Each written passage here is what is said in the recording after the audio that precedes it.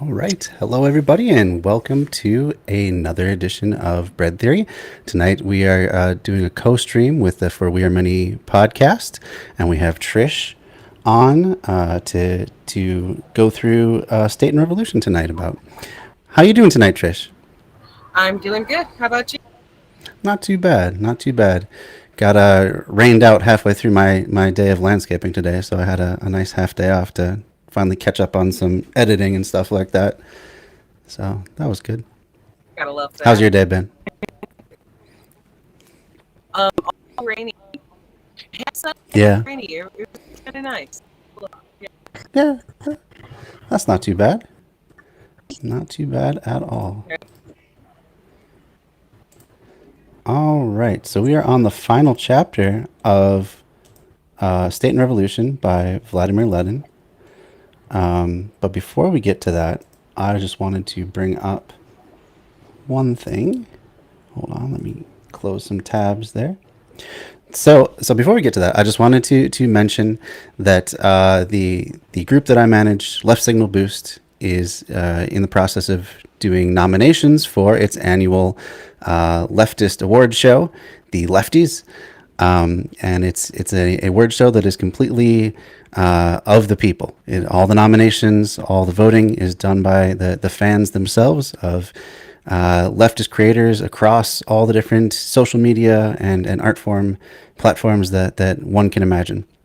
So right now until the end of October, anyone who is part of Left Signal Boost can come and nominate their favorite leftist creators and art and creations for an award. And there's a whole bunch of different categories. You can take a look at some of the categories right now. There's sections for YouTube, and in each section this year, a new thing is that we have the best new creator of each sort of section. So we have best new leftist YouTube channel, and then a whole bunch of different ones like best leftist YouTube debate channel, best leftist YouTube theory channel, and then it goes on to Twitch, Facebook, Twitter, podcasting, Instagram, and then into music, visual arts, all sorts of stuff. We really run the gamut of platforms. So if you're interested in seeing that your favorite creator, see that they get nominated for an award, go on over to Left Signal Boost on Facebook. And yeah, so it's open to anyone who is a member once more. All right. So we'll put that away for the time being, and we'll get back into the book. Bring it up here again. While I set up the book, is there anything you wanted to plug for We Are Many before we get going here? Uh-oh.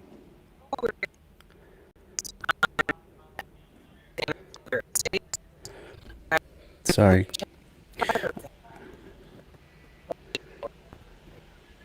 You're breaking up quite a bit there. I think Sorry. it looks like the network. Signals. Yeah, it dipped for just a little bit there. I think it's back now, though. So if you want to just go ahead and repeat what you just said. Okay. Tomorrow we're doing another segment on anarchism and other essays, Emma Goldman's book. Very cool. Oh, and I've lost you completely. Oh, boy, I don't know why that keeps happening.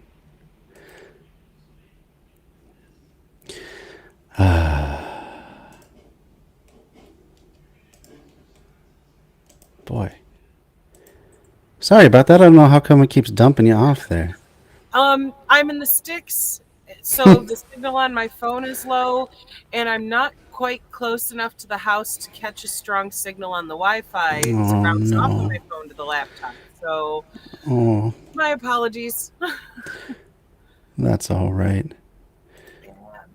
My usual parking spot is full of construction materials right now, so we're doing the best we Hey, can here. yeah, doing the best we can.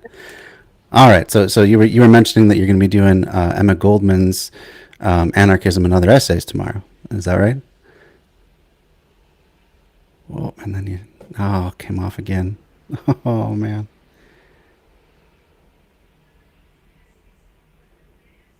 Anyway, so yeah, the For We Are Many podcast is going to be doing continuing on with their Emma Goldman's Anarchism and Other Essays.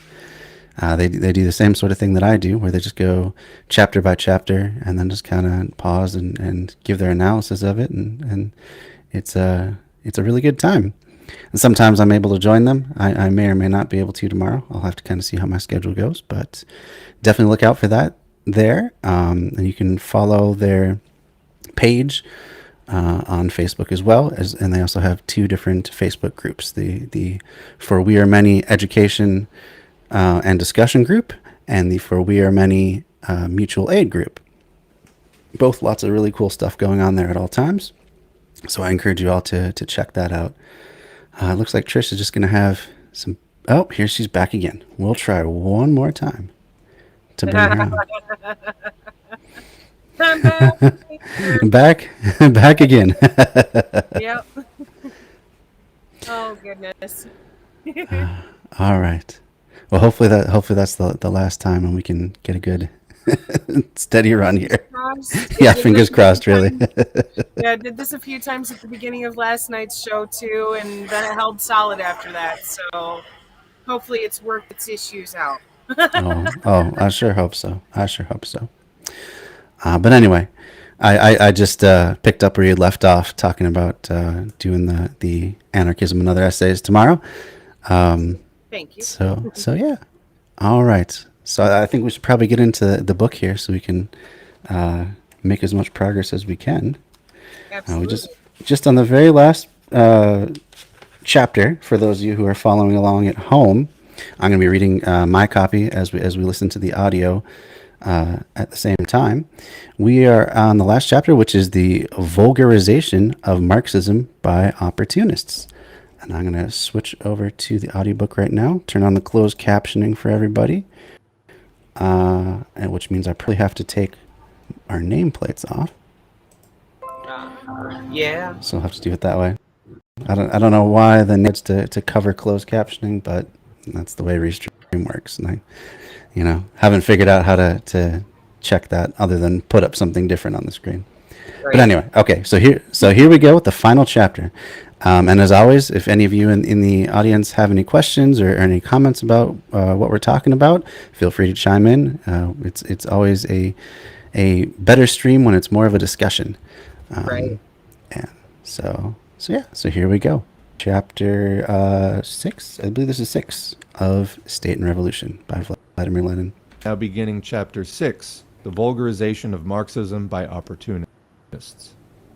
The question of the relation of this to the social revolution and of the social revolution to the state, like the question of revolution generally, was given very little attention by the leading theoreticians and publicists of the Second International, 1889 to 1914.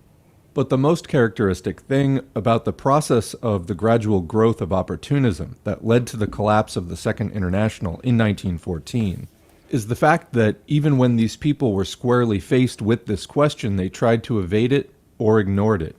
In general, it may be said that evasiveness over the question of the relation of the proletarian revolution to the state, an evasiveness which benefited and fostered opportunism, resulted in the distortion of Marxism and in its complete vulgarization. To characterize this lamentable process, if only briefly, we shall take the most prominent theoreticians of Marxism, Plekhanov and Kautsky. Section 1. Plekhanov's controversy with the anarchists. Plekhanov wrote a special pamphlet on the relation of anarchism to socialism, entitled Anarchism and Socialism, which was published in German in 1894. In treating this subject, Plekhanov contrived completely to evade the most urgent, burning, and most politically essential issue in the struggle against anarchism, namely, the relation of the revolution to the state and the question of the state in general. His pamphlet falls into two distinct parts. One of them is historical and literary, and contains valuable material on the ideas of Stirner, Proudhon, and others. The other is Philistine, and contains a clumsy dissertation on the theme that an anarchist cannot be distinguished from a bandit. It is a most amusing combination of subjects, and most characteristic of Plekhanov's whole activity on the eve of the revolution and during the revolutionary period in Russia. In fact, in the years 1905 to 1917, Plekhanov revealed himself as a semi-doctrinaire and semi-Philistine who in politics trailed in the wake of the bourgeoisie. We have now seen how, in their controversy with the anarchists, Marx and Engels, with the utmost thoroughness, explained their views on the relation of revolution to the state. In 1891, in his foreword to Marx's Critique of the Gotha Program, Engels wrote that we, that is, Engels and Marx, quote, were at that time, hardly 2 years after the Hague Conference of the First International, engaged in the most violent struggle against Bakunin and his anarchists, unquote. The anarchists had tried to claim the Paris Commune as their own, so to say, as a collaboration of their doctrine, and they completely misunderstood its lessons and Marx's analysis of these lessons. Anarchism has given nothing even approximating true answers to the concrete political questions: must the old state machine be smashed, and what should be put in its place? But to speak of anarchism and socialism, while completely evading the question of the state and disregarding the whole development of Marxism before and after the Commune, meant inevitably slipping into opportunism. For what opportunism needs, most of all, is that the two questions just mentioned should not be raised at all. That in itself is a victory for opportunism. Section 2. Kautsky's controversy with the opportunists. Undoubtedly, an immeasurably larger number of Kautsky's works have been translated into Russian than into any other language. It is not without reason that some German Social Democrats say in jest that Kautsky is read more in Russia than in Germany. Let us say, in parenthesis, that this jest has a far deeper historical meaning than those who first made it suspect.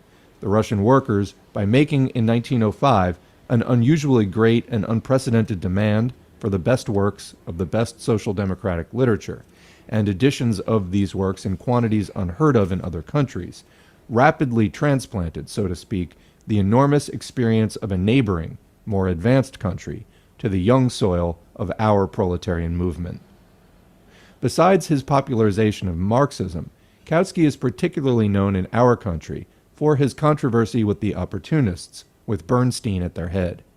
One fact, however, is almost unknown, one which cannot be ignored if we set out to investigate how Kautsky drifted into the morass of unbelievably disgraceful confusion and defense of social chauvinism during the supreme crisis of 1914 to 1915.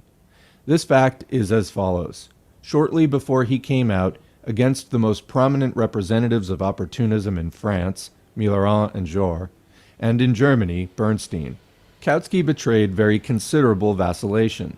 The Marxist Zarya, which was published in Stuttgart in 1901 to 1902, and advocated revolutionary proletarian views, was forced to enter into controversy with Kautsky and describe as elastic the half-hearted, evasive resolution, conciliatory towards the opportunists, that he proposed at the International Socialist Congress in Paris in 1900. Kautsky's letters published in Germany reveal no less hesitancy on his part before he took the field against Bernstein. Of immeasurably greater significance, however, is the fact that, in his very controversy with the opportunists, in his formulation of the question and his manner of treating it, we can now see, as we study the history of Kautsky's latest betrayal of Marxism, his systematic deviation towards opportunism precisely on the question of the state. Let us take Kautsky's first important work against opportunism, Bernstein and the Social Democratic Program. Kautsky refutes Bernstein in detail, but here's a characteristic thing. Bernstein, in his Premises of Socialism, of Herostratian fame, accuses Marxism of Blanchism, an accusation since repeated thousands of times by the opportunists and liberal bourgeoisie in Russia against the revolutionary Marxists, the Bolsheviks. Quick comment, I recently was asked by a viewer to comment on a 4-part anarchist series by a YouTuber named Anarch called The State is Counter-Revolutionary, and that claim of Blanchism is made numerous times. So that is something that still goes on today in the 2020s. Continuing.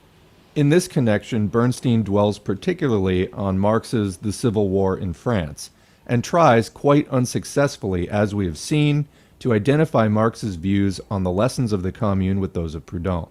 Bernstein pays particular attention to the conclusion which Marx emphasized in his 1872 preface to the Communist Manifesto, namely that, quote, the working class cannot simply lay hold of the ready-made state machinery and wield it for its own purposes, unquote. Okay. So that was a lot of historical stuff that I don't have a great amount of knowledge about. I haven't studied Kautsky myself. I don't really know a lot of these charges that he's making, like Blanchism. I don't really even understand what exactly that means. But what I gather is that Kautsky's basic idea is that there can be no such thing as a worker state. So Lenin, from the beginning of this book, has been talking about how we live under a bourgeois state where all the state apparatus is for the preservation of capital and capitalists at the expense of the working class. And that what needs to happen is an inversion where there's a worker state where the workers control the state apparatus to suppress any sort of, would-be counter-revolutionary from a capitalist who wants to come in and restore things to a bourgeois state. So what it seems like is that Kautsky is then saying that that's not possible. You can't wield state apparatus. Just the nature of having any sort of state is inevitably going to lead to the same sort of problems that we have right now with hierarchy and suppression of freedom and all that sort of thing. So that's what I gather. What did you get out of this last passage, Trish? Same. I think that was where he was going with it, but I think he's incorrect. And at this point in time, we actually have an example we can look at that they did not have then, like Cuba, where, Right. That is absolutely a worker state. Yeah. Yep. Yeah. And that's an area that I would like to study a whole lot more because from what I've read and studied so far, it seems like you're right that Cuba does have what a very close approximation to what Lenin was talking about in. So you have the like the neighborhood or the village being kind of the smallest unit of government, and then you send from each of those units a representative to maybe a city or a region-wide council, who then sends representatives up to the next level up. But it's also a one-person, one-vote system, too, and over Sure. 90% of their population is members of their Communist Party, Yeah. their Revolutionary Party, so everybody's participating. Yeah, that's a hell of a lot of buy-in. I mean, Mhm. we can't even get 50% of the people in this country who are eligible to vote to actually go out and vote. Let alone have 90% participation. So, yeah, Right. to me those are indications that Cuba has achieved something, at least comparable to what Lenin was talking about in State and Revolution. So, A difference I also see in the mindset between the United States and Cuba is that they understand that in order to keep their revolution, they don't have the privilege of being fucking apathetic to it. They have absolutely. to take part and have their voice heard. And that's the Absolutely. biggest difference here is their voices actually are heard. Where here are not. We have elected representatives that don't fucking represent any of us. Right. Right, because they're literally funded by capitalist interests. It's even though it's that's where I was going. Legalized bribery, because with unlimited campaign donations through even if it's through convoluted means through super PACs and dark money and all these complicated systems of funneling, the result is still the capitalist class funnels a lot of money to the representatives, and they turn around and represent them above everybody else. Big surprise. We literally have a job for it here called a lobbyist. I know.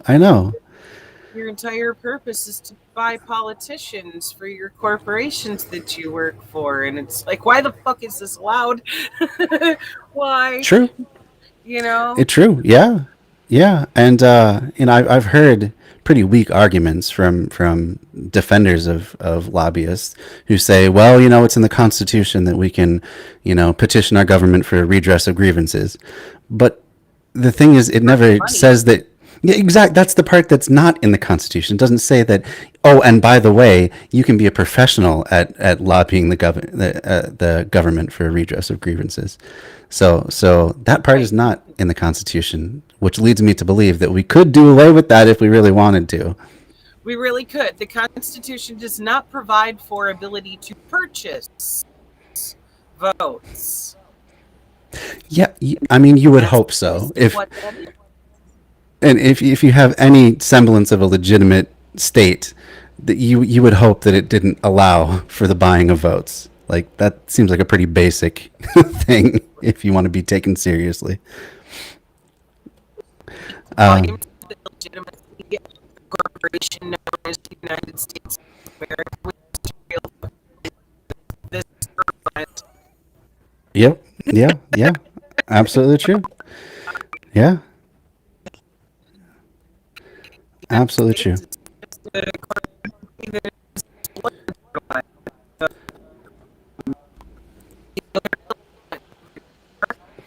Yeah, I mean, in so many ways, and thank you very much, Wicked on the Weekend, for the follow. Oh, lost Trish. Then looks like we haven't completely lost her. Oh, I'm gonna bring her back. Here we go. Back again. Had to just take a quick Yeah. dip into the ether. I kind of wonder, like, if the internet is conveniently wanting to shut me up in this moment. It's like, wait a minute, you're attacking our the hand that feeds us. So, Right? so Wicked on the Weekend says solidarity from Liverpool in Northumbria. So solidarity to you as well. Thanks for joining us tonight. We are finishing up State and Revolution. We're on the very final chapter, and he's talking about Kautsky and his problems with him. And I mean, from Lenin's description, I don't really like Kautsky much either, even though I trend more towards the anarchist side of leftist politics.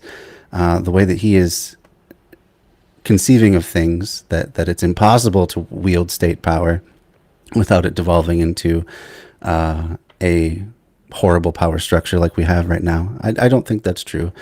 And I don't think it's true. I don't think it would be true in any country that tried that necessarily. I mean, it certainly could go that way. There's always that chance in a revolution and kind of the fog of war and power being grabbed and stuff like that bad people can get into positions of power. That is always a risk. But I don't think it's inevitable at all. So Wicked on the Weekend also says, I'm in the Northern Independence Party, your manifesto, and I see you've sent a link. We have a Discord where you can put links into. I will also,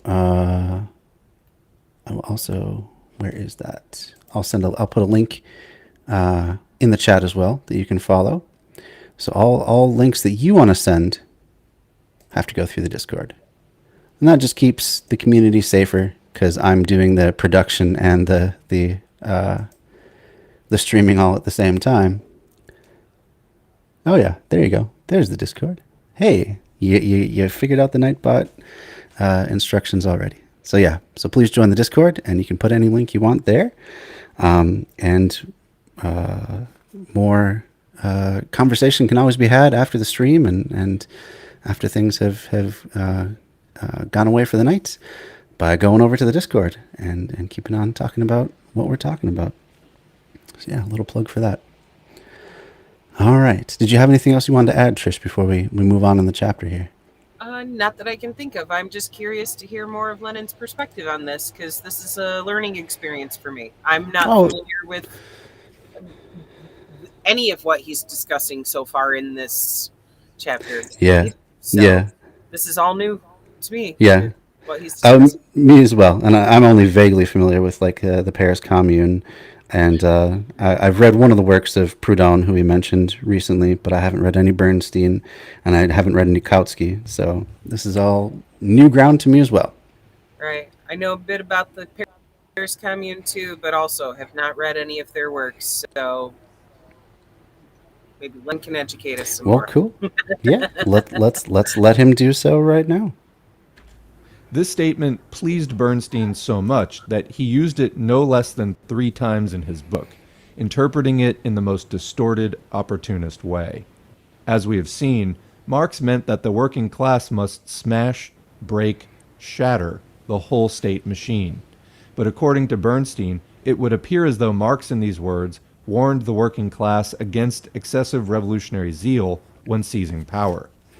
A cruder, more hideous distortion of Marx's idea cannot be imagined.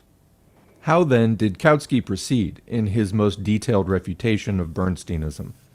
He refrained from analyzing the utter distortion of Marxism by opportunism on this point. He cited the above-quoted passage from Engels' preface to Marx's Civil War and said that, according to Marx, the working class cannot simply take over the ready-made state machinery, but that, generally speaking, it can take it over, and that was all. Kautsky did not say a word about the fact that Bernstein attributed to Marx the very opposite of Marx's real idea, that since 1852, Marx had formulated the task of the proletarian revolution as being to smash the state machine. Now there's a good point right there. So yeah, as Lenin has also mentioned in earlier chapters of this work, when the revolution is seizing power, the idea is not to just put themselves in the positions that the bourgeois have right now and just do things the way that they would have done it. You totally dismantle a bourgeois state and its apparatus, just in terms of its power structure. Oh, lost Trish again. Oh man, that sucks. It just keeps cutting out at random intervals. But anyway, so the idea is to not just occupy the positions as though, like, imagine if you were going to overthrow a king in their kingdom. You wouldn't just then sit on the throne and now I'm the king. That would just be being the new king, right? So occupying those same positions of power, having the same power structures, would just be putting yourselves in the current apparatus of the bourgeois state. And that is not what Marx or Lenin wanted. Here's Trish back again. All right. It's a little bit choppy, but it looks like you have a stronger signal now, so hopefully it'll be good from here out. So anyway, as I was saying, so what both Marx and Lenin do want to do in dismantling the current bourgeois state is to put in its place a worker state, which would be still, as Lenin presents it, a form of representative government, but you have many more levels than say the United States has right now. It'll go all the way down to the neighborhood or village level, and it would be closer to a direct democracy. Oh, there goes Trish again. She's back. Here we go. Anyway, it would be closer to a pure form of direct democracy, in that the people that you send, the representatives that you send from any level, could be recalled at any time. All it takes is a vote of the people, and they get recalled. And basically, Lenin envisioned a very streamlined state. So you would do away with having separate legislative, executive, and judicial branches, I believe. And then, because everything is a representative form of government, and people still have a check on that power at all times, that things will move quickly. But if things get out of control, supposedly, and people try and seize too much power, you can just recall them and start over with a different representative. So yeah. So I think that is an important distinction to make from what Kautsky is asserting, that, Marx wanted to just wield the bourgeois state power, because that's not at all the case. All right. Let's continue on here a little bit then.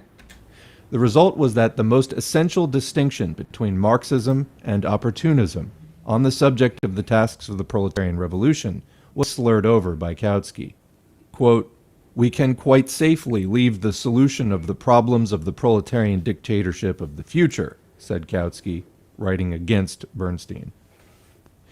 This is not a polemic against Bernstein, but in essence a concession to him, a surrender to opportunism, for at present the opportunists ask nothing better than to, quote, "quite safely leave to the future" all fundamental questions of the tasks of the proletarian revolution. From 1852 to 1891, or for 40 years, Marx and Engels taught the proletariat that it must smash the state machine.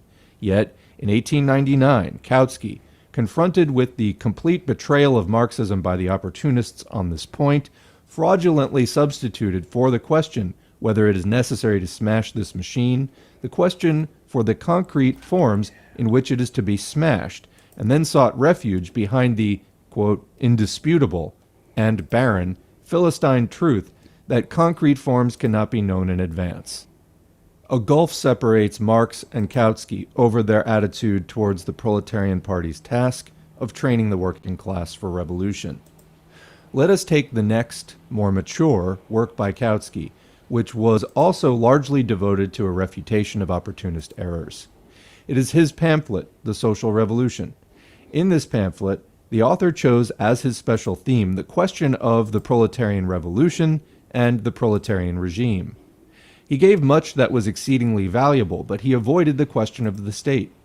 Throughout the pamphlet, the author speaks of the winning of state power, and no more. That is, he has chosen a formula which makes a concession to the opportunists, inasmuch as it admits the possibility of seizing power without destroying the state machine. The very thing which Marx in 1872 declared to be obsolete in the program of the Communist Manifesto is revived by Kautsky in 1902.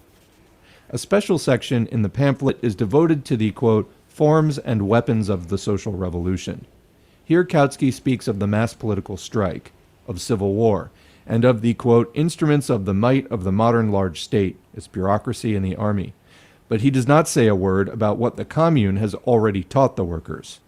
Evidently, it was not without reason that Engels issued a warning, particularly to the German socialists, against, quote, "superstitious reverence" for the state. Kautsky. All right, I just want to pause there 1 second. That's kind of bizarre the way that Kautsky is formulating it, to just simply seize power, because that's not at all what even Peter Kropotkin was talking about in The Conquest of Bread. What he was saying was that not just to seize power, but also to smash the state. His idea was that instead of worrying about bureaucracy and organizing things in a new way, that the importance of the revolution, or the revolution itself, is the fulfillment of the promises of the revolution. So you just get to work providing people with whatever they don't have right now, be it food, clothing, housing, healthcare, whatever it is. So that was his conception, and that systems would just naturally arise to provide for this sort of thing, and that the idea would be to invest the revolution in the people, so that once they have gotten a taste of actually having a stable platform in their life, they're going to be on the side of the revolution forever. They're not just going to let someone waltz into town and try and take things back over, or for some capitalist who's holed up somewhere to try and reassert himself over everybody else, because they would have gotten a taste of freedom finally for once. So that was Kropotkin's conception of it. So Kautsky is just saying to just seize state power and then nothing more. That doesn't really make a lot of sense to me, because that doesn't seem like an anarchist perspective at all to me. Me neither. It's kind of confusing to hear that come from an anarchist. Like, what? Yeah, really. Oh, So. man. So who knows? The thing is, um, they would have been successful with that if it wasn't for United States government interference in breaking the red bloc. Oh, yeah, for sure. I mean, from the beginning, the U.S. tried to influence the way the revolution went and to really destroy it. And as they have from that point, try to push things back towards right wing dictators instead. So they wanted to restore the monarchy, the former monarchy, and yeah, that's the U.S.'s history of intervention around the world, like Their since main its goal was inception. reinstating the capitalism, and they didn't care what path they had to take to get it there. Right, right, and that's the thing that they never really do care about. Whether it's a Central or South American country that has some resources that we want, like most recently Bolivia, where they pushed for the right wing government to stay in power and tried to get Evo Morales out of politics altogether, because there's lithium in Bolivia.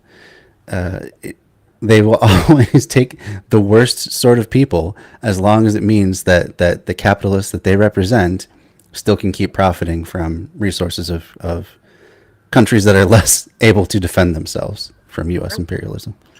It's really sick. I mean, And that one is especially a nasty deal too, because when it comes to those lithium mines, that's causing so much fucking pollution. oh, absolutely. It's unreal. Like that's something we were discussing last night with Mako too, because there's sites here on Turtle Island that are being exploited in the same way, and we're seeing Mm-hmm. fish die. All the other larger wildlife that drink out of these rivers die because of all the shit being Mm-hmm. released. Um, it, it's toxic.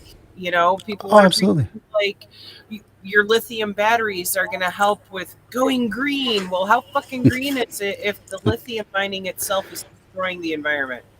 Absolutely true. We Absolutely need true. we need Yeah. hemp batteries. There we go. Hemp batteries. I'm all on board for that. Fuck the um, lithium mining. yeah, yeah, for sure, for sure. Using capacity of hemp batteries. And that's true.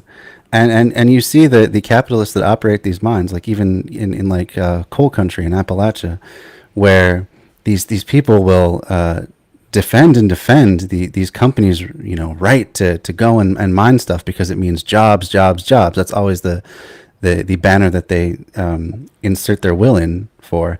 But as we see, as things continue to be automated with the extraction of coal and jobs go away, they don't give a fuck about the people that they employ. They'll just leave them there to rot, to fall into depression and drug use and hopelessness for their entire future. Yep. As soon as they can, as soon as it's convenient to drop them, they will, every single time. So it just makes no sense to keep trying to fight, as someone who's not a capital holder. It makes no sense to keep fighting for the rights of people that literally don't care if you die. Right. You are only living machinery to them. And it's not even their rights. It's the privileges that they Yeah. want. That they're not Yeah, yeah. entitled to. Like, you're not entitled to destroy the environment itself just because you can make money off of what you can extract from the earth. Right. Yeah. You're Okay. not entitled to doom future generations through your business practices just because it's profitable. I totally agree. All right, let's continue on here. He treats the matter as follows. The victorious proletariat, quote, will carry out the democratic program. And he goes on to formulate its clauses. But he does not say a word about the new material provided in 1871 on the subject of the replacement of bourgeois democracy by proletarian democracy. Kautsky disposes of the question by using such, quote, impressive-sounding banalities as, quote, still, It goes without saying that we shall not achieve supremacy under the present conditions. Revolution itself presupposes long and deep-going struggles, which in themselves will change our present political and social structure, unquote.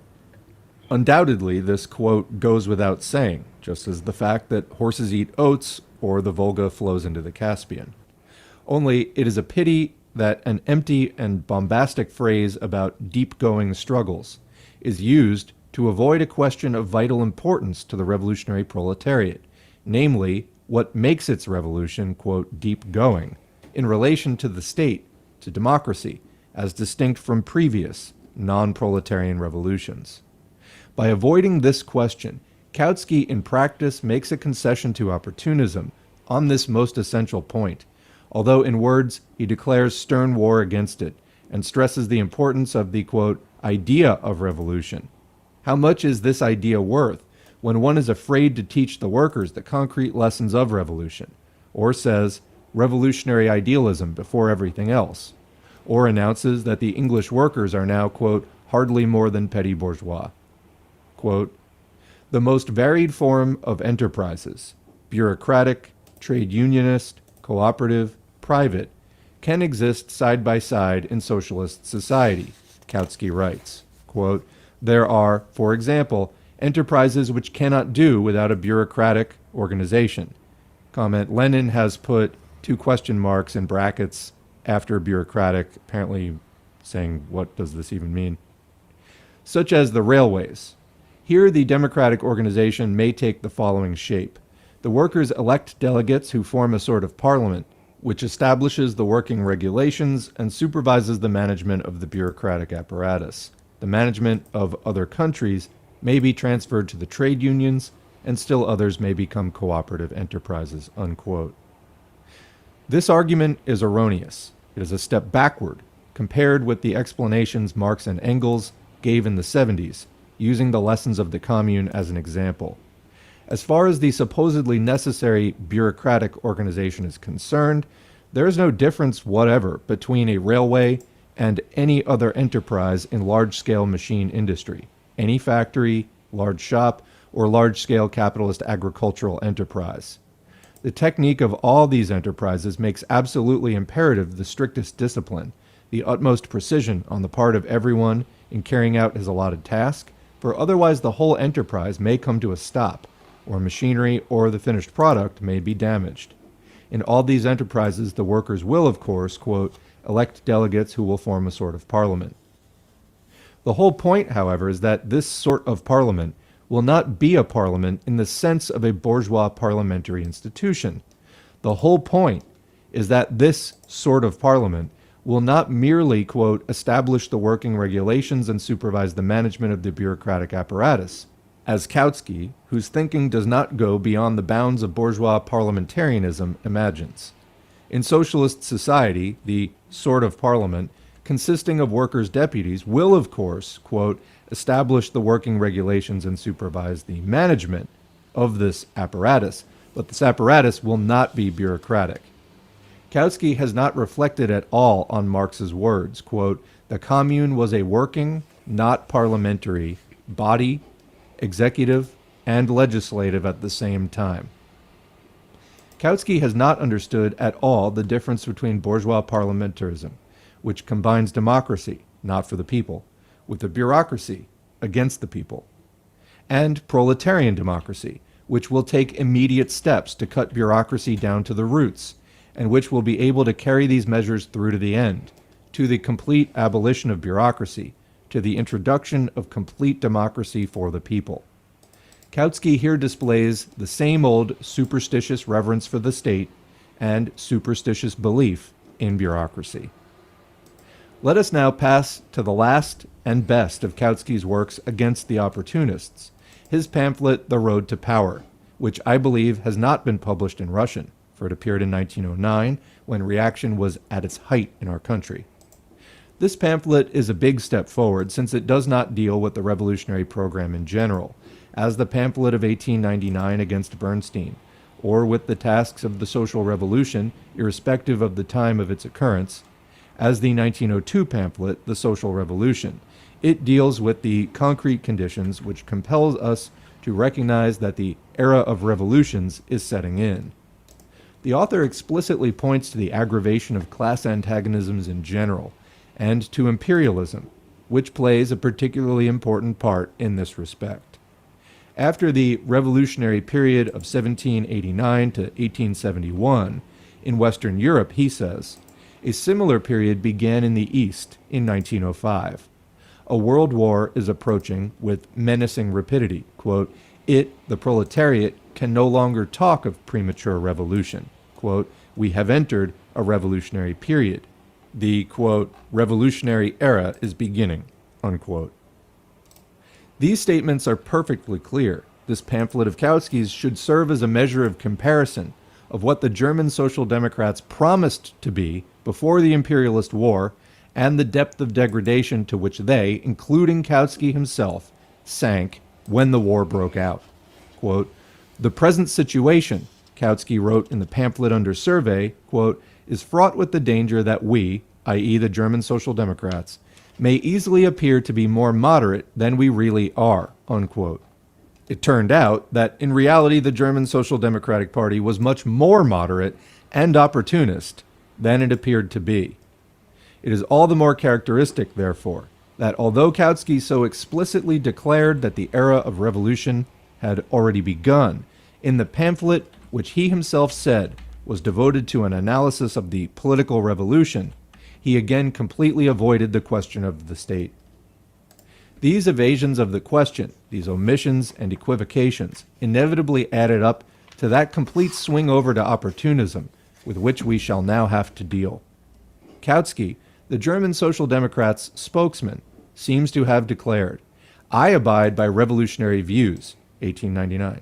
I recognize, above all, the inevitability of the social revolution of the proletariat, 1902. I recognize the advent of a new era of revolutions, 1909. Still, I am going back on what Marx said as early as 1852, since the question of the tasks of the proletarian revolution in relation to the state is being raised, 1912. It was in this point-blank form that the question was put in Kautsky's controversy with Pannekoek. Section 3. Kautsky's controversy with Pannekoek. In opposing Kautsky, Pannekoek came out as one of the representatives of the, quote, left radical trend, which included Rosa Luxemburg, Karl Radek, and others. Advocating revolutionary tactics, they were united in the conviction that Kautsky was going over to the center, which wavered in an unprincipled manner between Marxism and opportunism. Quick comment, I don't know that opportunism has ever been defined in this. Probably, if you're reading this by now, you're familiar with the Marxist understanding of opportunism. Opportunism is when you work with people who you have a fundamental conflict with, i.e. the proletariat working with the bourgeoisie. There's a fundamental conflict of interest. The opposite of this is sectarianism, which is when you refuse to work with people with whom you do not have a fundamental conflict. That's exactly what I was going to pause and wonder about this. They keep using opportunism again and again. So that's a good working definition for me. That makes a lot more sense now. Yeah. So I guess Kautsky was trying to work with the bourgeois class to enact this revolution, which could be dangerous if you're allowing, if you're working hand in hand with someone who, after the revolution, not after the revolution, but after the overthrow of the old regime, is probably going to want a pretty cushy seat at the table for all they've done. With bourgeoisie comes an attitude of entitlement, and they're going to seize power. Absolutely. So yeah, I can see Lenin's aversion to wanting to work with these sorts of people. Makes a lot of sense. All right, let's move on. Okay, continuing. This view was proved perfectly correct by the war, when this centrist, wrongly called Marxist trend, aka Kautskyism, revealed itself in all its repulsive wretchedness. In an article touching on the question of the state, entitled Mass Action and Revolution, Neue Zeit, 1912, Volume 30, Pannekoek described Kautsky's attitude as one of passive radicalism, as a theory of inactive expectancy. Kautsky refuses to see the process of revolution, wrote Pannekoek. In presenting the matter in this way, Pannekoek approached the subject which interests us, namely, the tasks of the proletarian revolution in regard to the state. Quote, "The struggle of the proletariat," he wrote, "is not merely a struggle against the bourgeoisie for state power, but a struggle against state power. The content of this, the proletarian revolution, is the destruction and dissolution of the instruments of power of the state with the aid of the instruments of power of the proletariat." Quoting again, "The struggle will cease only when, as the result of it, the state organization is completely destroyed. The organization of the majority will then have demonstrated its superiority by destroying the organization of the ruling minority." Unquote. The formulation in which Pannekoek presented his ideas suffers from serious defects, but its meaning is clear nonetheless, and it is interesting to note how Kautsky combated it. Quote, "Up to now," he wrote, "the antithesis between the Social Democrats and the anarchists has been that the former wished to win the state power while the latter wished to destroy it. Pannekoek wants to do both." Unquote. Although Pannekoek's exposition lacks precision and concreteness, not to speak of other shortcomings of his article which have no bearing on the present subject, Kautsky seized precisely on the point of principle raised by Pannekoek, and on this fundamental point of principle, Kautsky completely abandoned the Marxist position and went over wholly to opportunism. His definition of the distinction between the Social Democrats and the anarchists is completely wrong. He completely vulgarizes and distorts Marxism.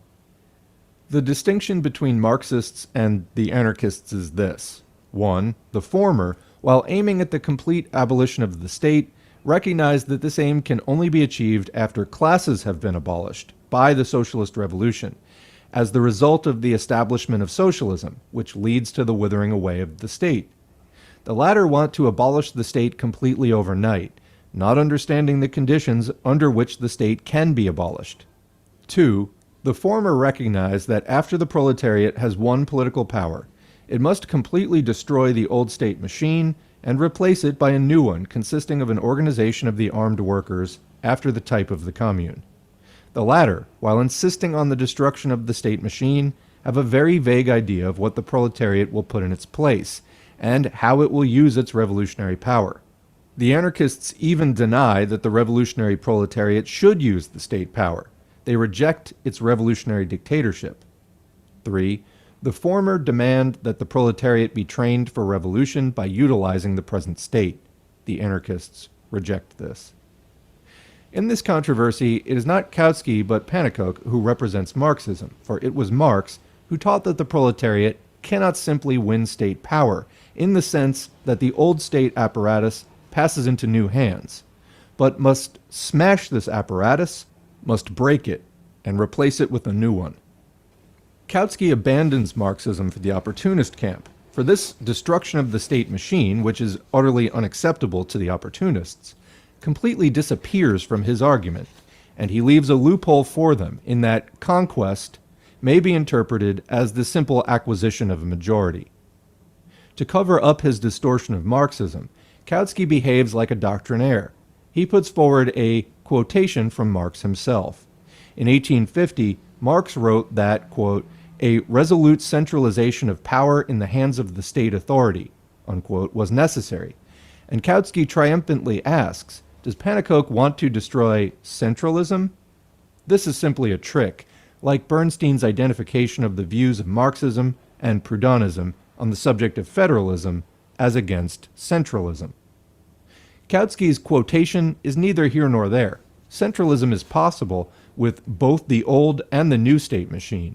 If the workers voluntarily unite their armed forces, this will be centralism, but it will be based on the complete destruction of the centralized state apparatus, the standing army, the police, and the bureaucracy. Kautsky acts like an outright swindler by evading the perfectly well-known arguments of Marx and Engels on the Commune and plucking out a quotation which has nothing to do with the point at issue. Quote, "Perhaps he," meaning Pannekoek, Kautsky continues, wants to abolish the state functions of the officials, but we cannot do without officials even in the party and trade unions, let alone in the state administration. And our program does not demand the abolition of state officials, but that they be elected by the people.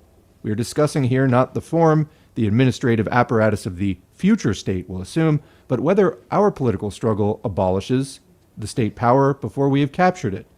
Which ministry with its officials could be abolished? Unquote. Then follows an enumeration of the ministries of education, justice, finance, and war. Quote, no, not one of the present ministries will be removed by our political struggle against the government. I repeat, in order to prevent misunderstanding, we are not discussing here the form the future state will be given by the victorious Social Democrats, but how the present state is changed by our opposition. Unquote. This is an obvious trick. Pennacoke raised the question of revolution. Both the title of his article and the passages quoted above clearly indicate this. By skipping to the question of opposition, Kautsky substitutes the opportunist for the revolutionary point of view. What he says means, at present we are in opposition. What we shall be after we have captured power, that we shall see. Revolution has vanished, and that is exactly what the opportunists wanted. The point at issue is neither opposition nor political struggle in general, but revolution. Revolution consists in the proletariat destroying the administrative apparatus and the whole state machine, replacing it with a new one made up of the armed workers. Kautsky displays a superstitious reverence for ministries, but why can they not be replaced, say, by committees of specialists working under sovereign, all-powerful Soviets of workers and soldiers' deputies? The point is not at all whether the ministries will remain, or whether committees of specialists or some other bodies will be set up. That is quite immaterial. The point is whether the old state machine, bound by thousands of threads to the bourgeoisie and permeated through and through with routine and inertia, shall remain, or be destroyed and replaced with a new one. Revolution consists not in the new class commanding, governing with the aid of the old state machine, but in this class smashing this machine and commanding, governing with the aid of a new machine. Kautsky slurs over this basic idea of Marxism, or he does not understand it at all. His question about officials clearly shows that he does not understand the lesson of the Commune or the teachings of Marx. Quote, we cannot do without officials even in the party and the trade unions. Unquote. We cannot do without officials under capitalism, under the rule of the bourgeoisie. The proletariat is oppressed. The working people are enslaved by capitalism. Under capitalism, democracy is restricted, cramped, curtailed, mutilated by all the conditions of wage slavery and the poverty and misery of the people. This and this alone is why the functionaries of our political organizations and trade unions are corrupted, or rather tend to be corrupted, by the conditions of capitalism and betray a tendency to become bureaucrats, i.e. privileged persons divorced from the people and standing above the people. That is the essence of bureaucracy, and until the capitalists have been expropriated and the bourgeoisie overthrown, even proletarian functionaries will inevitably be bureaucratized to a certain extent. According to Kautsky, since elected functionaries will remain under socialism, so will officials, so will the bureaucracy. This is exactly where he is wrong. Marx, referring to the example of the Commune, showed that under socialism, functionaries will cease to be bureaucrats, to be officials. They will cease to be so in proportion as, in addition to the principle of election of officials, the principle of recall at any time is also introduced, as salaries are reduced to the level of the wages of the average workman, and as parliamentary institutions are replaced by working bodies, executive and legislative, at the same time. Okay. So there's some important principles in there of the way that Lenin is envisioning this worker state. Yes. I think it's really smart to do these things, such as allow a recall at any time, because that puts a huge check on anyone who's trying to amass power for themselves only, and then also only paying them the average worker's wage, makes it so it's not attractive to anyone who's doing it just for the money or for getting a leg up on their fellow comrades. So Right. And they certainly wouldn't have been allowing lobbying to back yeah, it. that's right. Yeah, that would just be completely done away with. And they're talking about completely restructuring the economy to serve the needs of the people first and foremost over profit. So that alone would yeah, toss lobbying right out. There'd be no there would be no real need for lobbying, unless I guess people's needs weren't getting met in some place, and in that case, it would not look anything like the current form of lobbying. It would just be like, It hey, would we probably be need, more like mutual aid, like here's some gas to drive to where you need to yeah, go to address this shit and some food to eat along the way. yeah, You absolutely, know, not the here's enough money to go buy a yacht bullshit. yeah, And it would be like the constituents of that community that that person is supposed to go speak on behalf of that would right, be direct funding it, not a corporate entity, because corporate entity wouldn't fucking exist. Not right. like Yeah, and those representatives would make lobbyists pretty superfluous because the job of the representative is to represent the needs of the people that elect them and nothing more really in this situation. So yeah, and then combining legislative and executive into one working body. I guess the idea is being to roll out the new worker state as quickly as possible so that you can get a defense mustered. Because as was seen after this revolution, it was like immediately that the Western powers rolled in and tried to overthrow it and undo it. So yeah, another smart strategy to get things going really quickly. absolutely. And I love that he took a moment there to emphasize some clarity on Marx's teachings concerning this development and change as far as that power being distributed to the people. This is what it literally means Yeah. to have a dictatorship of the proletariat means power to the people. All of the Hmm. people, not Yeah. a few Absolutely. that are wealthy, but all of the people. And that Right. is what he's driving home there of like this is completely set up to eventually wean out a governing body itself. Yep. The end Yeah. of Eventually. communism is anarchism, a lack of an authoritarian body happening, but that's going to take everybody participating. Yep. Absolutely true. Absolutely true. So yeah, the end goals are the same, and it is pretty much as he was saying in the last few pages that anarchists believe that you can do away with the state apparatus altogether, and they rely more on people just spontaneously rising up to help each other with mutual aid for distributing resources and safeguarding the revolution. But yeah, all in all, not that big of a difference between the two. It's mostly just the how to organize things or let things organize themselves. And that seems to be the biggest real difference. Right. I'd also like to point out for anybody listening who might be thinking, "Wait a minute, that sounds kind of libertarian of just expecting people to come together and do this voluntarily and whatnot." So I'd like to take a moment to point out too that libertarianism is a bastard child of what it originally Oh, started as, which was libertarian socialism, absolutely. which meant everybody agrees we want to make sure everyone has a decent, dignified standard of living. Yeah, yeah. But yeah, current day American libertarians or the really even more egregiously named anarcho-capitalists basically believe the same sorts of things.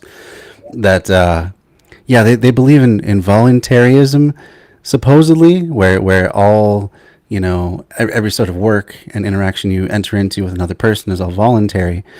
But then they at the same time believe the completely contradictory principle that people should be able to, you know, have a business that's completely unregulated by anybody at Mhm. all, and that if there if the only employers around are not even giving you a livable wage, then that's too bad. Your choice is just to not.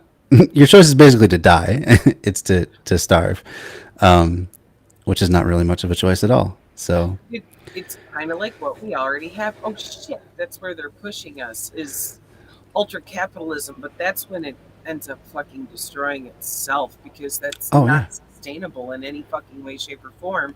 As we can see right now, there's a shit ton of people who Hmm. would be taking some of these jobs that are needing filled if they were bothering to pay enough and have some decent benefits and make it worth their fucking Yeah, time. Go absolutely, absolutely. do this work. Right now, we do not have a labor shortage. We have a wage shortage. And We, you know, worth somebody's time. And honestly, I don't even think that anything someone would conceptualize of right now would cut it because if the cost of living was taken into account and mhm. production, our minimum wage would be like $28 an hour right now. Okay, Oh so yeah. we're not gonna see your restaurants and chains and stuff and gas stations and grocery stores offering that kind of money unless those things are seized Hmm. and turned into owner operated co-ops where everyone Hmm. who works there is part owner and has an investment in it and gets their fair share for their fucking labor. Absolutely, absolutely true. Yeah, and I mean there hasn't been a a real wage increase for the working class since like the 1970s. Basically, capitalism has just been cannibalizing its own workforce, pushing them further and further down to push itself further and further up. Since basically Reaganomics, that was the final nail in the coffin for the workers' movement of old. Um, The trickle down of them pissing on the entire working class's exactly. faces. Yeah, the worst joke in history. Yeah, absolutely true. And I see Natalie's in the chat. Welcome, Natalie. Yeah, I'm hosting the stream tonight, so it would have just gone out through my Bread Theory page. So that's why you didn't see For We Are Many live notification. So yeah, sorry you missed the earlier part, but of course there's always the archive version that will be on Facebook and YouTube and Twitch as well. So you can always go back and take a look at what you missed. This same link that I shared on the For We Are Many page, is that the one people can go back to view it Mhm. later? Yeah, Beautiful. yeah. Okay. It's just that I think she was saying that she didn't get a notification that For We Are Many, the page itself went live because, of course, it didn't this time. Yeah, and sorry about that. I should have, I guess, tagged you in the group chat so you'd know what was going on. Yeah, My bad, I should have Natalie, mentioned that too. but That was my I'm fault. thankful you found it. Yep, yep. Thankful that you're here now. Have more people viewing. So cool. All right, I think we can probably move on in the chapter. We're getting pretty close to the end here. Only, ooh, like 2.5 pages left in my book. Quick comment. The concept of reducing the salaries to the levels of the wages of the average working person, it's a hugely popular concept in the United States, possibly a talking point worth adopting when convincing people of the merits of the socialist program. Good point. Continuing. As a matter of fact, the whole of Kautsky's argument against Pannekoek, and particularly the former's wonderful point that we cannot do without officials even in our party and trade union organizations, is merely a repetition of Bernstein's old, quote, arguments against Marxism in general. In his renegade book, The Premises of Socialism, Bernstein combats the ideas of, quote, primitive democracy, combats what he calls, quote, doctrinaire democracy, binding mandates, unpaid officials, impotent central representative bodies, etc. To prove that this primitive democracy is unsound, Bernstein refers to the experience of the British trade unions, as interpreted by the Webbs. 70 years of development, quote, in absolute freedom, he says, convinced the trade unions that primitive democracy was useless, and they replaced it by ordinary democracy, i.e., parliamentarism combined with bureaucracy. In reality, the trade unions did not develop, quote, in absolute freedom, but in absolute capitalist slavery. Comment, yeah. Under which, it goes without saying, a number of concessions to the prevailing evil, violence, falsehood, exclusion of the poor from the affairs of higher administration, quote, cannot be done without. Under socialism, much of, quote, primitive democracy will inevitably be revived, since, for the first time in the history of civilized society, the massive population will rise to taking an independent part not only in voting and elections, but also in the everyday administration of the state. Under socialism, all will govern in turn, and will soon become accustomed to no one governing. Marx's critico-analytical genius saw in the practical measures of the Commune the turning point which the opportunists fear and do not want to recognize because of their cowardice, because they do not want to break irrevocably with the bourgeoisie, and which the anarchists do not want to see, either because they are in a hurry, or because they do not understand at all the conditions of great social changes. Quote, we must not even think of destroying the old state machine. How can we do without ministries and officials? Argues the opportunist, who is completely saturated with Philistinism, and who, at bottom, not only does not believe in revolution, in the creative power of revolution, but lives in mortal dread of it, like our Mensheviks and socialist revolutionaries. Quote, we must think only of destroying the old state machine. It is no use probing into the concrete lessons of earlier proletarian revolutions and analyzing what to put in the place of what has been destroyed and how, unquote, argues the anarchist, the best of the anarchist, of course, and not those who, following the Kropotkins and company, trail behind the bourgeoisie. Consequently, the tactics of the anarchist become the tactics of despair, instead of a ruthlessly bold revolutionary effort to solve concrete problems while taking into account the practical conditions of the mass movement. Marx teaches us to avoid both errors.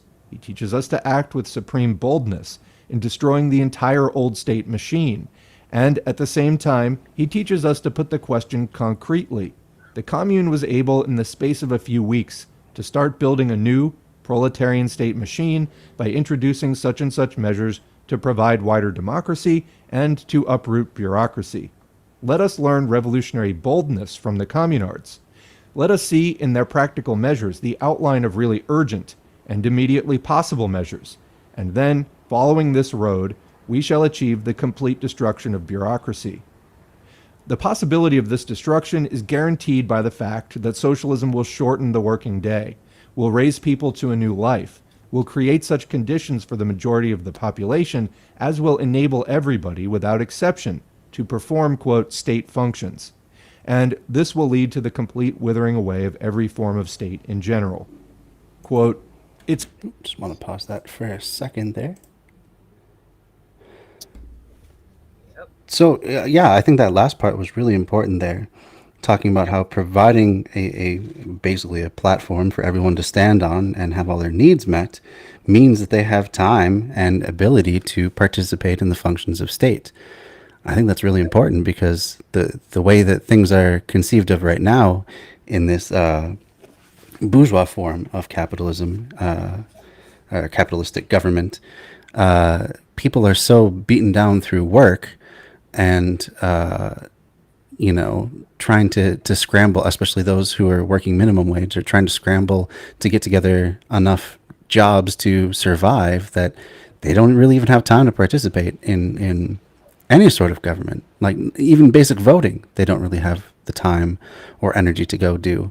And I think that's partially by design, to keep people away from the any sort of lever of power. Yeah. I mean, especially there's so many employers that won't even let you off work on time to make it to the polls and vote because they don't care. They don't want you having a say. Mm-hmm. They had time to vote earlier. Yep. And that that is supposedly illegal. You're supposed to, by law, let people off to vote. But of course, what regular person has enough money to end up fighting that in court? So, I mean, the way it ends up working by default is that they just don't vote and they don't oppose their boss because they're afraid more of losing their job than they are of not being able to participate in any sort of form of democracy. So, It's definitely part of the system being built to break people down and only have certain people have the availability to even have a say. I mean, think about it. How much time do you have to go through and read every bill that's being voted on that oh, ballot? uh huh. To investigate every single person who's on that ballot. Mm-hmm. That's time consuming. It is. It is. And then you have to sift through all the propaganda that they've put up to make themselves look good, and all the money that's been poured into their campaigns to, sling mud at their opponent and all that stuff. And like, it's a lot of work to go through all that. That's You're absolutely right in that. It, it's fucked up. We got places that are shutting down polls early when they're not supposed to, or not opening poll centers that are supposed to be there. Mm-hmm. You know, Mm-hmm. not opening them Mm-hmm. at all, not even setting anything up. And it's really inherently fucked. It fucks the poor and Yeah. working class. It really fucks people of color very hard. You know, Absolutely. this is irrevocably fucked, and I don't know how else to put that. It's This is true. the point we have come to of trying to block people from participating in democracy.